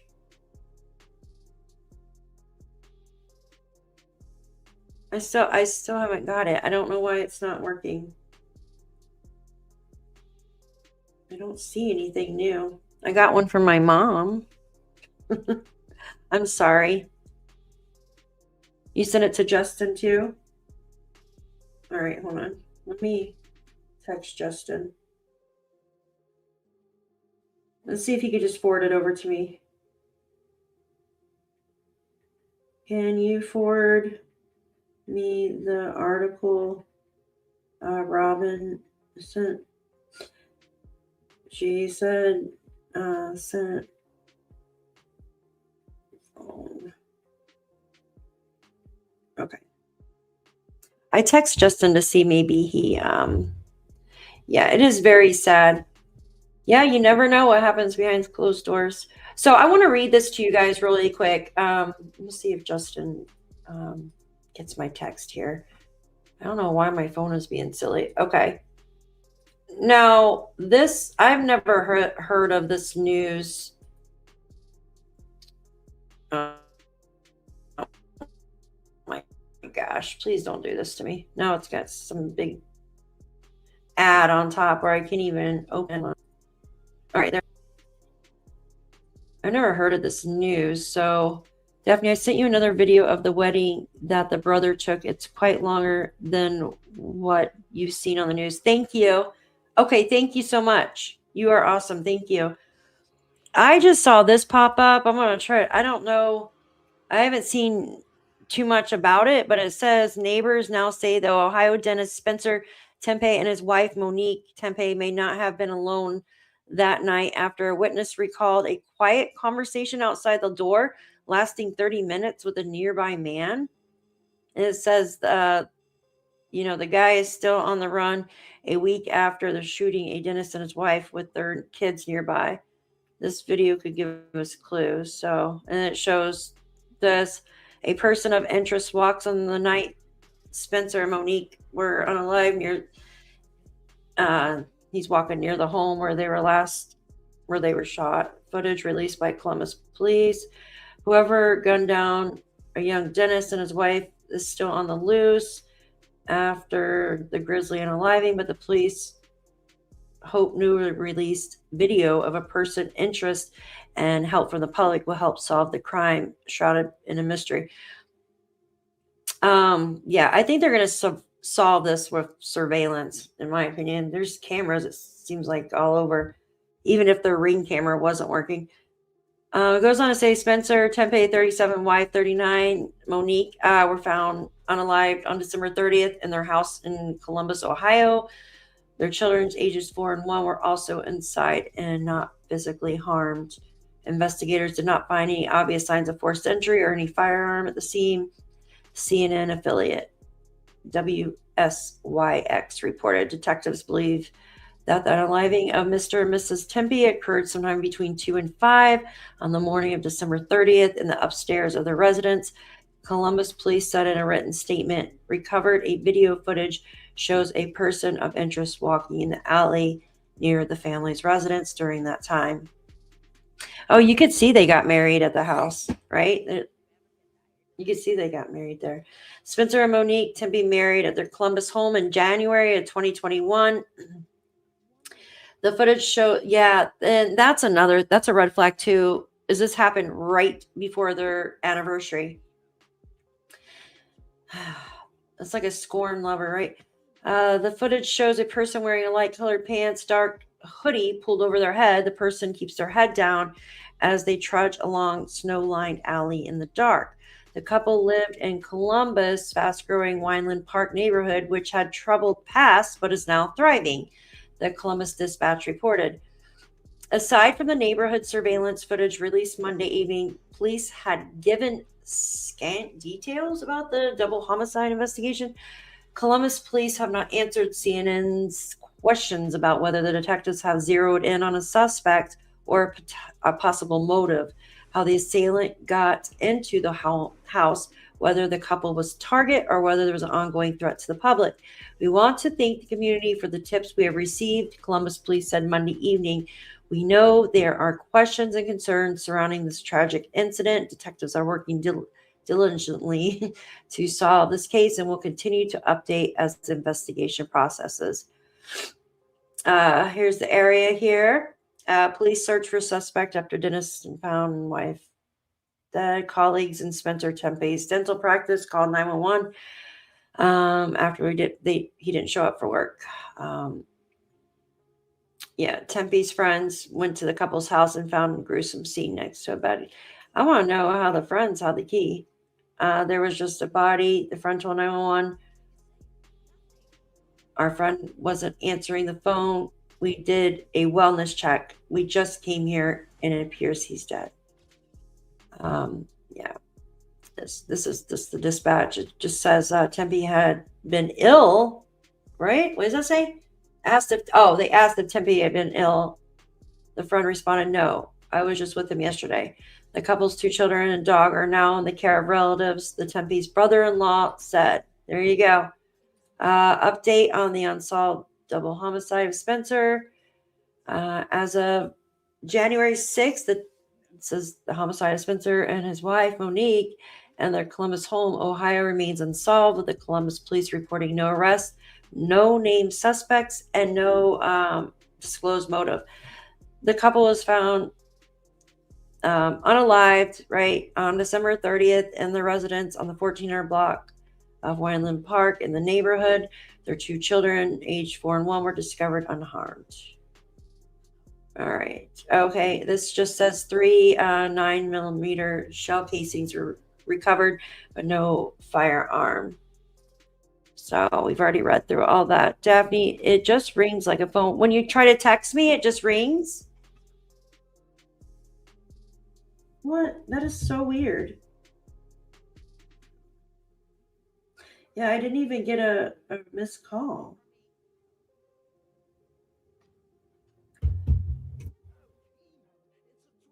I'm sorry, Robin. I don't know why it's doing that.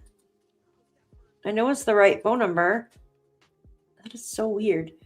Do you you can't post it here. Are you on my Facebook group? Here, let me I want to show you this real quick. What did it say about the dog? Oh. Okay, it says the Franklin County Coroner's Office has confirmed the cause of death as gunshot wound. Spencer suffering multiple, Monique at least 1 to the chest, but a full autopsy and toxicology reports are pending and may take 8 to 10 weeks. All right, so I think no additional DNA evidence. We've already read all this. So claims circulating online and social media discussions suggest neighbors overheard a prolonged quiet conversation outside the couple's door involving a man have not been corroborated by official police statements or credible news reports as January 6th of 0. Such a witness account emerges, it is verified. Okay, so there is a neighbor. Yeah, I see that too. The GoFundMe thing. Okay, guys, let me. Thank you. I'm going to show you guys the wedding. Give me a second. Let me do this real quick.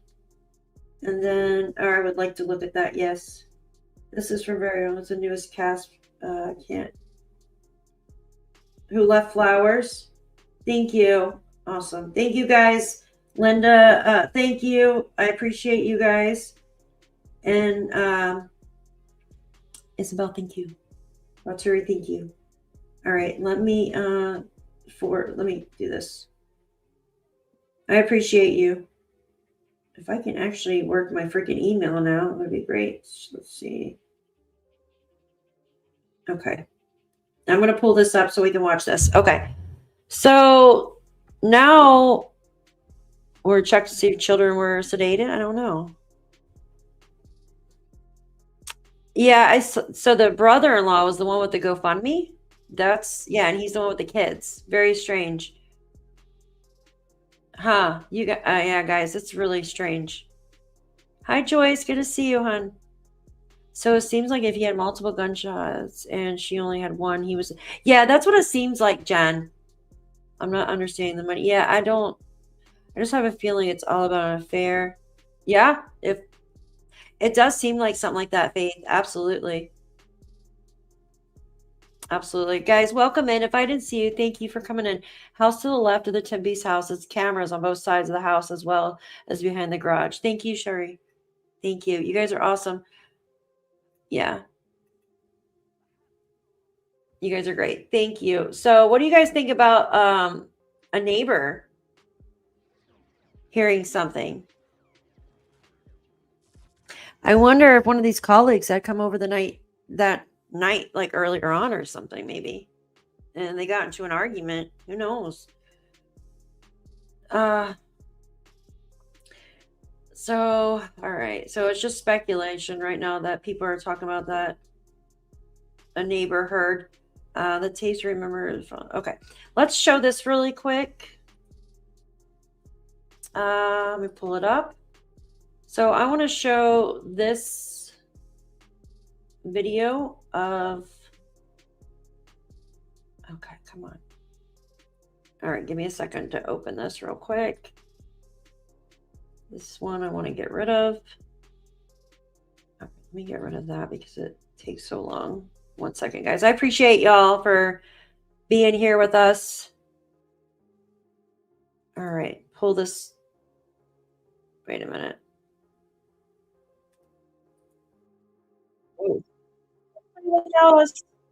Don't play without us, you guys. Oh, the music. I'm going to have to get rid of the music because YouTube is going to have a cow.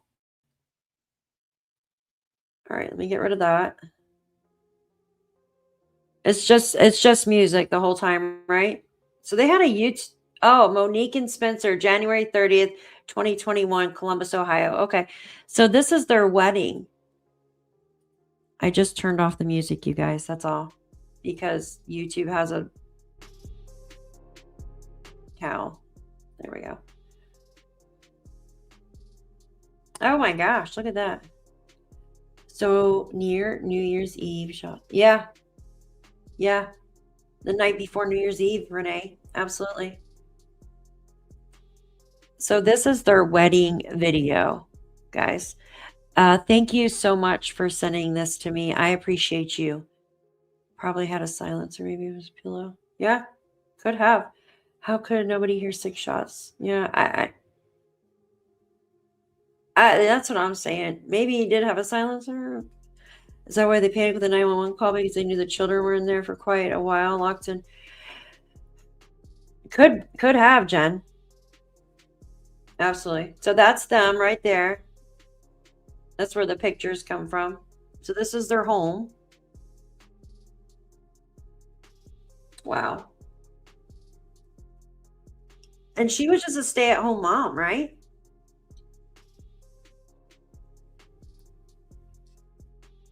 She was just a stay-at-home mom. Yeah, I don't know. A laugh a day. That's weird that they have that going up. This is a YouTube video, Esley. Yeah, it's of their wedding. Hi, the only Lolo. Yeah, it is cool.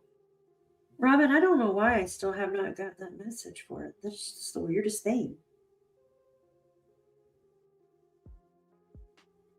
Yeah, it doesn't even show any calls.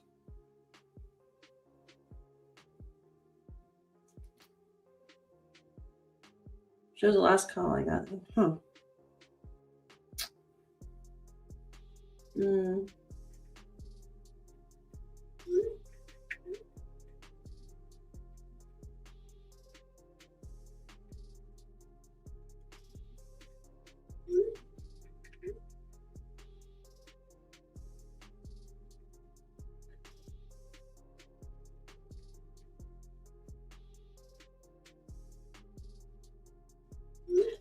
Yeah, that's a. So this was in 2021. People have kids may have not well be. Yeah. I want to. So where's their GoFundMe page? Let me see. I'm gonna look while you guys are watching that. Hold on. Gosh, my sinuses are just horrible today. Okay. Come on, you can do it. You can do it. I don't have the sound on, guys, because the music, it's just music playing in the background there. But this is their wedding. Spencer's brother-in-law, Rob, took the video.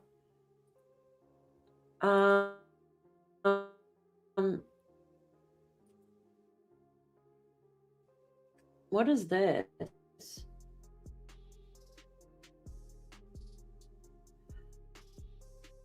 Oh, I found some photos of them too.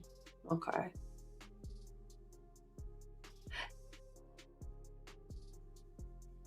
They look really young. What? This can't be right. Hold on.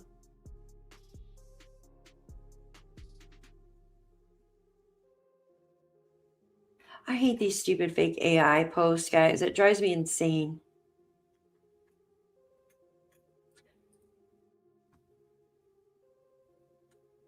I wish the music wasn't in there. Oh, yeah. The only low, I think I do. Because my ear is like, sharp. Oh, you have bronchitis. I'm so sorry to hear that. That is the worst. You taking antibiotics or anything for it? I'm so sorry. His dad's an attorney? Wow. Look at their curtains. It's so pretty with the little lights. Again, guys, I'm so sorry that I don't have the sound on. I can't have the music on there. Oh, you're taking antibiotics? Good, Lolo. There's the nasty going around right now. Like flu and bronchitis and stuff. It's horrible. It was stated they had no intention of setting up a GoFundMe page, but people kept saying they wanted to help. Oh, well, that's understandable. Okay. For the kids. Well, I guess if people want to give something to the kids, insisting, right? Like, I would have just done like a Amazon wish list or something for the kids. Oh, I'm so sorry, the only Lolo. Can you go get garlic vitamins? I'm telling you, Andrea had, was it the flu or something a few weeks ago? And she went and got those and she was like better within like the next day. I'm not a doctor or anything, just saying that. I'm just saying the garlic, it's amazing. And you don't have to eat it, but yes, lots of crap going around. Yeah, it's a great video, Annette. Thank you. His father was a judge? Oh my gosh. Yeah, I mean, there's nothing. If they wanted to give to the children. Yes, the garlic. Yes. See, look what Andrea's in here. Yeah. It is. It's a miracle. And you don't have to eat it. Just go get the vitamins. They're like $4 a bottle. Yeah, you guys go get your garlic. Trust me. If you feel like you're getting sick, take some garlic and it's like a natural antibiotic. You said it one more time? Okay, honey, let me check. It's not your fault. It's not your fault. Hold on. I still didn't get anything. That's just so freaking weird.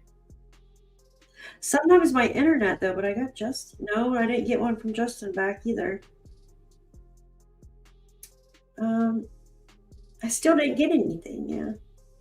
It might be my my service in here is really ick. So maybe that's what it is.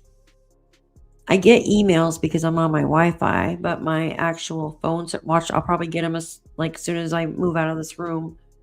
Thank you, though. I appreciate you trying. So this is their wedding. Let me check out.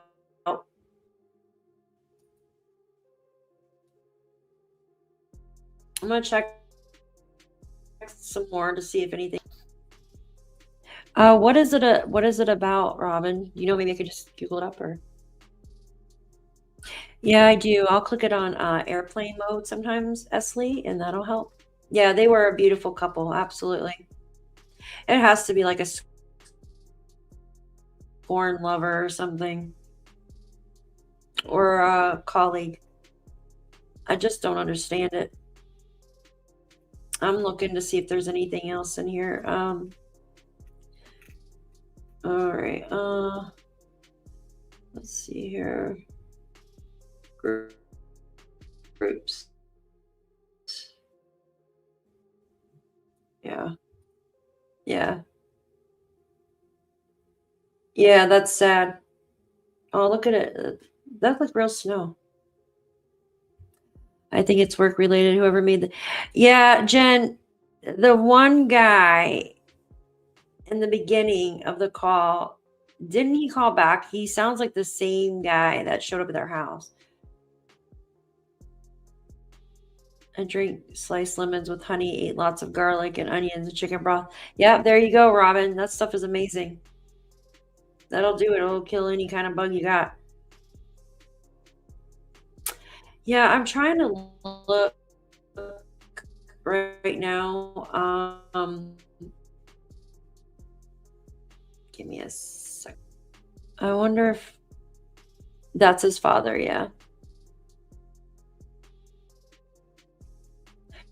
Well, I mean, if it's the thing is, if it's a colleague, say they had like a surgery scheduled for a patient and he was the only one to do it, right? So I don't know. Is anything? Why is it like that? Oh, that's cool. All right. I'm going to. I don't see anything else here. Did Robin? Yeah, I think that maybe that's what it is, but it was the same guy, I think, showed up at their home. Or, I mean, called twice. Showed up at their home. Jeez. Where is it at? Hold on.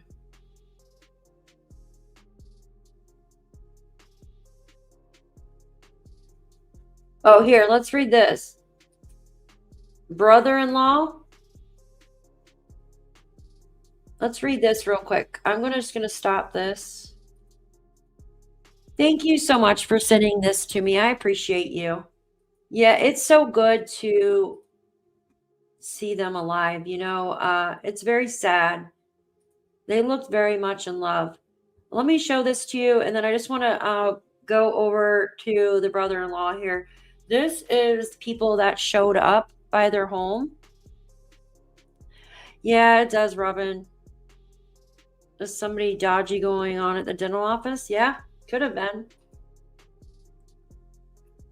Oh, it's a small. It won't let me blow it up. Yeah. Oh, I hate when it does that.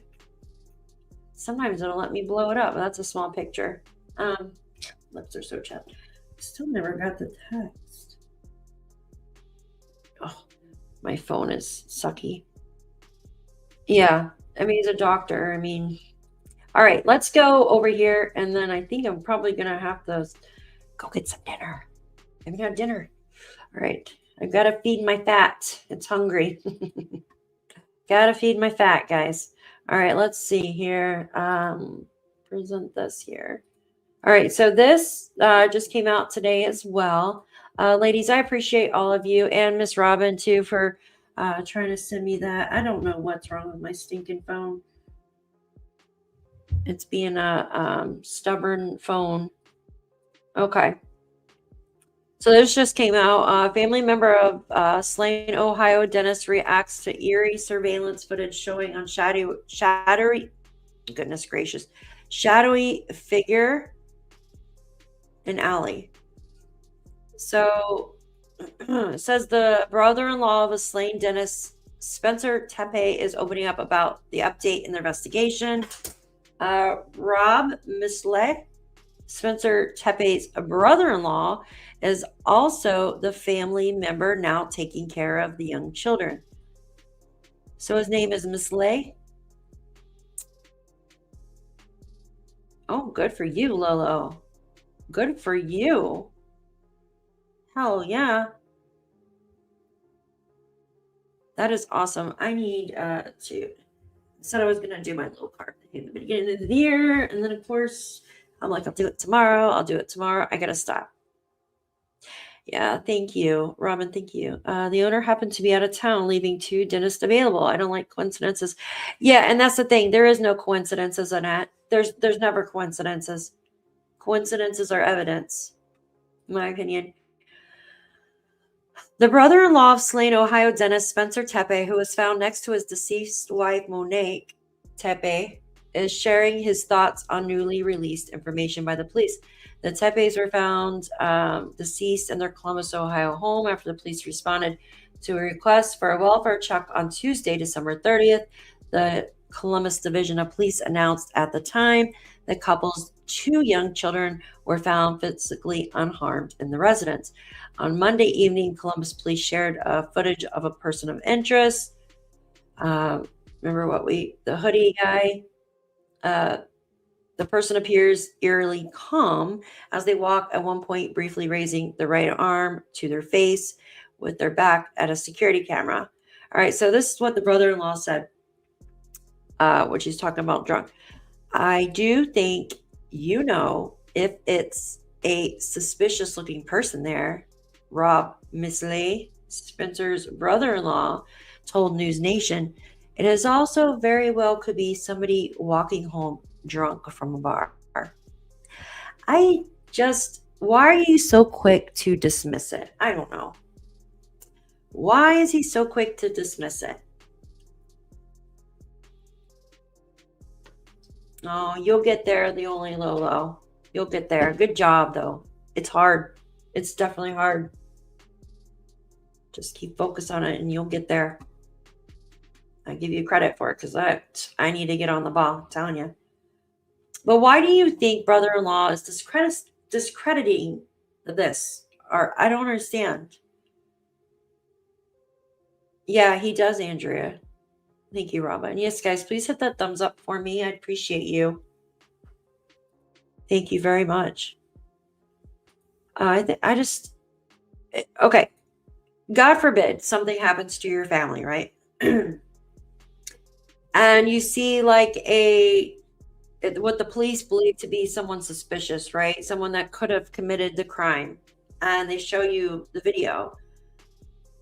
Are you going to be like, oh, it's just some person maybe walking home from a bar drunk, right? And usually people are going to be like, oh my gosh, this could be the person.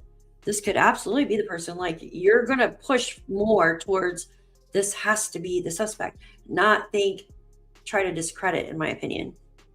Just my opinion. Hi, Addie Lee. Good, Addie B. Thank you so much. I appreciate you.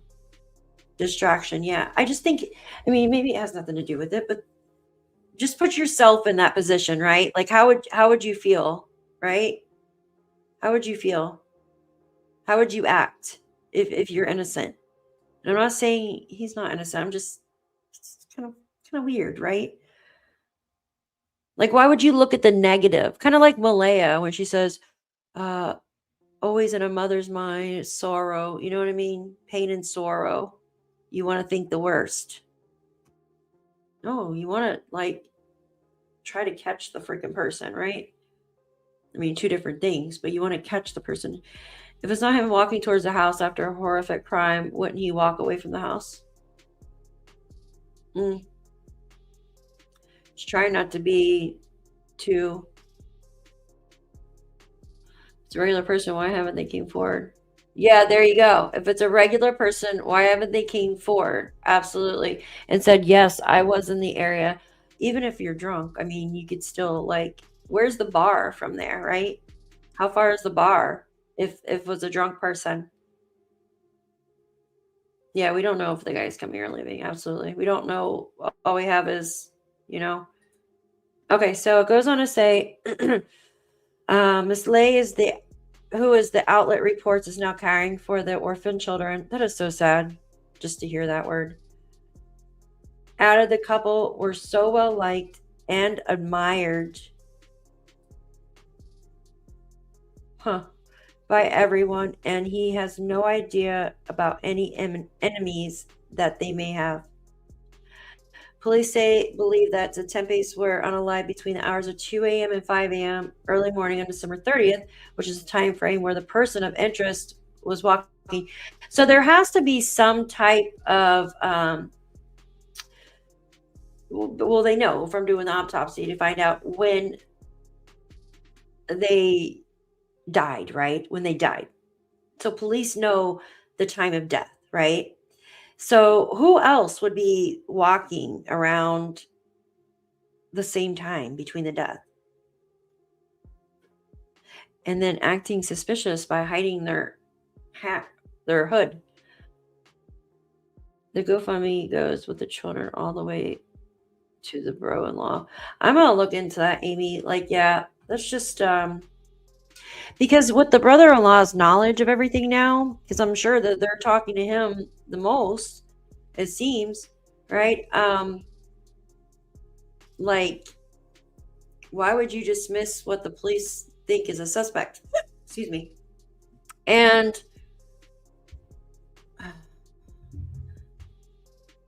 phone, please. So, you know what I mean? Like, why would you dismiss what the police are now thinking is a suspect? I'm just trying to think here. If he was the only person caught on the camera around at the time of death, then I don't know.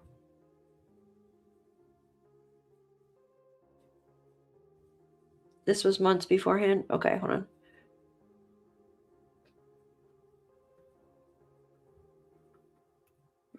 It states that his wife had made a 911 call.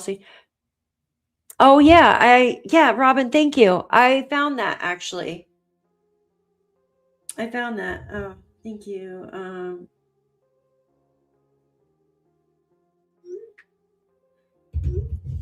Yeah, I showed that earlier. Where did I show that at? Where they made the 911 call? Oh, did he do an interview on News Nation? Okay, here. I know I'm running over 2 hours, so give me 1 second. I appreciate all of you still being here with me. I went through like everything I had, and then, okay, here, let's go on News Nation, and we'll probably just end with that, you guys.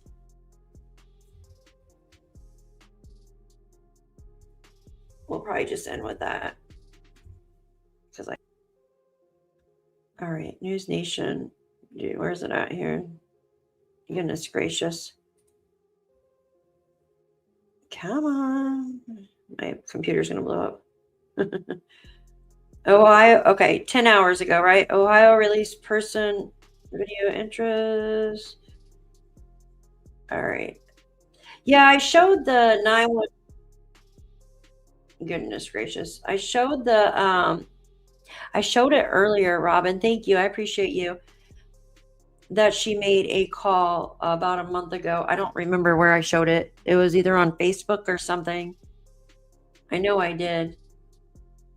I can't remember, maybe article or something. It was one of the two. Okay. This is just 3 minutes from News Nation, you guys. Let's see. Is this the one? Let me see here. Add a stage. I appreciate you guys. Thank you. Yes, the children of the couple, but it doesn't have his own kids. Yeah, guys, I'm going to have to look into that. Is this the one? Hold on. This is Ohio police release person in interest. I think I already did this one. Okay. Let me add it to. Okay, let me see here. Left in shock this morning, working to make sense of a pair of crimes targeting beloved members of their community. In Ohio, a young couple gunned down with their 2 children. Oh. Young children just feet away. The shooter still at large this morning. Then in North Carolina, police say they have a suspect in custody accused of brutally murdering a school teacher. News Nation's Mills Hayes joins us live with the latest on these 2 developing investigations. Mills, just awful. Let's start in Ohio. The search is now ramping up for the gunman who killed Spencer and Monique Tepe. What do you know? That's right, Marky, and they just released a new video. Police ramping up their search for the shooter who killed the young couple. Their 2 young children in the house when it happened. And Columbus police releasing new video showing a person of interest walking in an alley near the Tepe's home sometime between 2 and 5 in the morning when investigators could identify this person. And the couples, Spencer and Monique Tepe, were discovered with multiple gunshot wounds just after 10 in the morning after Spencer's co-workers called police when he didn't show up for work at the dentist office he worked at. We're very, very concerned because this is very out of character. And we can't get in touch with his wife, which is probably the more concerning thing. Their 2 young children, just 4 and 1 years old, and their family dog were found with all the emotions, disbelief, anger, and sadness, of course. Wow. We were just with them for Christmas and just seeing her and how much the kids loved her and how much she loved the kids. You know, it was very quickly, and it's just like we're all there because, you know, him and his wife were murdered, but we're also all expecting them to walk right through the door. Police say that they have not recovered a firearm and say that there were no clear signs of a forced entry, Marky. Just horrific. It makes me sick for those children too, Mills. Okay, keep us posted there. Then the other murder investigation that you're also following, this one in North Carolina. What more can you tell us about that? Right, in Raleigh, North Carolina, friends and colleagues of local science teacher Zoe Welch are trying to make sense of her murder. But in this case, police do have a suspect in custody. 36-year-old Ryan Camacho has been charged with Welch's murder and was denied bond at his court appearance on Monday. Camacho has a lengthy criminal history going back 20 years. He spent more than 5 years in prison, was released in July. All right.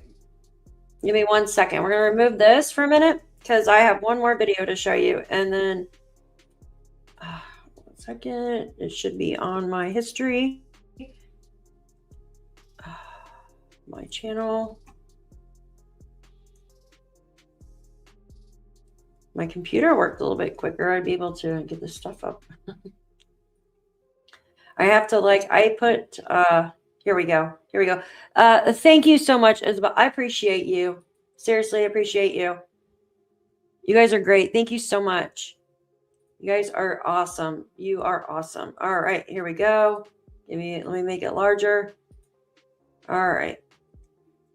Rob Misla is Spencer Tepe's brother-in-law. He's married to Spencer's sister, and he's live with me now. Rob, I am so sorry that we are meeting under these circumstances. Have you learned anything new tonight about who this potential person of interest might be? No, unfortunately, you know, I know just as much as the next person. I was told by a reporter about 10 minutes before this got posted that it was released by the police department. And, you know, when I first saw it, yeah, I do think, you know, suspicious looking person there.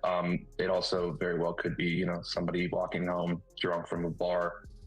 But, you know, it's evidence nonetheless that hasn't been released until now. And it's good that they're kind of progressing through this. And this is right between 2 a.m. and 5 a.m., which is the window they say they believe the shootings happened. Rob, do you or your family members have any idea who might have been capable of doing this? Did Did your family have any enemies? Did Spencer and Monique have any enemies at all that are known? Not that I can speak on or know of. I know that they've had this massive community around him that they were just so well liked and admired by everyone. You can see in this picture that's kind of defines them. They were always smiling. They were always laughing. So it's really just unbelievable and shocking to all of us when we found out. I still, a week later, still doesn't feel real. I can't believe I'm like here talking about this. So, I mean, it doesn't make any sense at all. What do you know about the little kids? Spencer and Mo had two little ones. I mean, I think one is 1 year old, the other one is 4. Do you have any idea what they saw, what they experienced in that home? Yes. We do not. I know, they have met with some people to talk. It sounds like I can't really talk on any evidence, but we've had them with us for the past couple of days. They're with some other relatives at the moment, and they were just as happy and unfortunately unaware as they ever could be. But they're in loving hands, and even more people are coming by their side to make sure that they're taken care of. But yeah, it's just heartbreaking Rob, for them. That's huge what you just said. It sounds to me like they did not see the carnage. This isn't going to be a lifelong memory for them. Were they spared even the visuals of what happened? Mm-hmm. As far as I know, I don't think that they were. I don't think that they saw what happened, or at least I want to believe that with my heart. So. Yeah, or the aftermath. How has the communication been with the police? Have they been updating you? Are they helpful? Are you as in the dark as everyone else? Personally, I have not been communicating with police, but somebody from the family, is kind of on that role. What? I just think, we understand that it's a process, and these things they take time. There's a lot of pressure, obviously, but they want to get it done right. And we're grateful for them for the work that they do. It's not easy, and it's sometimes, scrutinized very heavily, but we trust their process that they're going to get this right. I just wanted to tell our audience, Rob, that we were just looking at wedding video. And as I understand it, this was video that you, as a filmmaker, shot and produced. I mean, it's beautiful, and it's just so hard to believe that we're having this conversation, seeing the stunning work that you put together for this beautiful day of theirs. I know I speak for my audience as well when I say I hope that you can get some resolution and some justice in this, and I hope we can stay in touch on this. Yes, thank you. We all appreciate it. And again, just thank you for the outpouring of love that we've seen. It's been just amazing for the entire family as we're trying to get through this tough time. So thank you. Thank you for watching. Subscribe below and download. Whoa. He said that he is not speaking to police. You guys? I'll put, this is the YouTube video we just watched, and it's on News Nation. So if you guys want to watch that again, go ahead and watch that. I'm definitely going to watch that. Yeah, he said he's not speaking to police, but yet he's the one with the children, him and his wife. The children had to hear something. Yeah, you would think. I mean, well, a 4-year-old, they should be able. But also they were probably sound asleep. Okay, so somebody went into their bedroom, right? Because they were found laying next to their bed. Went into their bedroom, and it says laying next to their bed. So they must have got out of bed. Yeah, I think it's strange too, Isabel. He might be, absolutely. Think about that for a minute, right? So this person had to, because it says they were laying next to the bed, right? Did I hear that right? So both Spencer and his wife Monique were laying next, like not on the bed. They were laying on the floor, right? They weren't found in the bed. They were laying on the floor. So it makes me wonder if this person came in and said something first and they got out of bed. Yeah, you might be talking to the sister, because I think it's the sister's husband. I swear I thought they said that they were laying next to the bed. I'm going to look into that, because if they were laying on the floor next to the bed, that means the person had to have said something for them to get out of bed, because otherwise, why would they be on the floor? Huh. Yeah, I'm going to continue to look into this. So anything that I find out, I will let you guys know right away. I promise. I'm going to stay on this because this is interesting. Not defending him because I have no clue. He's not blood family. So yeah, but his wife is. They have the kids. So yeah, I don't know. I'm going to look into this. Now my phone's definitely not going to get any messages because I just dropped it again. I think once I live, I dropped the phone. I want to thank everybody that is newly subscribed to the channel today, and for your super stickers and memberships. Thank you so much. Everybody else, thank you so much for being here and watching live. I know we went over. We're almost on 3 hours. I didn't realize I've been here for 3 hours. I also want to thank you guys who sent me emails and try to send text messages, but my phone doesn't want to work today. But for those of you who send me emails and messages and stuff like that, I appreciate all of you. Yeah, mods, thank you, Jen. Thank you. Robin, all of you guys are great. Always here. Just wonderful. Love you. Wonderful community we have here. Very helpful.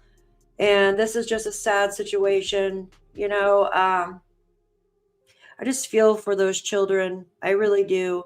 They probably don't know what's going on, especially the 4-year-old. The 1-year-old, I mean, is still, you know what I mean? But the 4-year-old notices, like, where's mommy and daddy? Where's mommy and daddy? Yes, the 1-year-old notices too, but the 4-year-old is more aware of things. It's just really sad that this happened to this beautiful couple.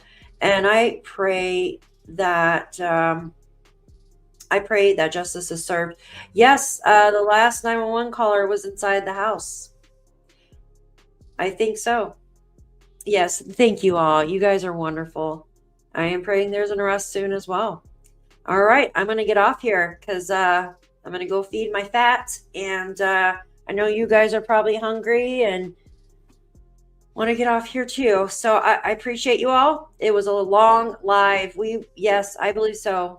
There is a lot of security around there. A lot that we don't know yet. We will find out. Yeah, second floor. Somehow they knew the code or something. Or stole the keys, maybe. Yeah. Yeah, Justin did a great live yesterday as well. All right. I love you guys. Thank you so much for all of you watching. You guys are great. Hi, Erica. Thank you. Thank you for being here.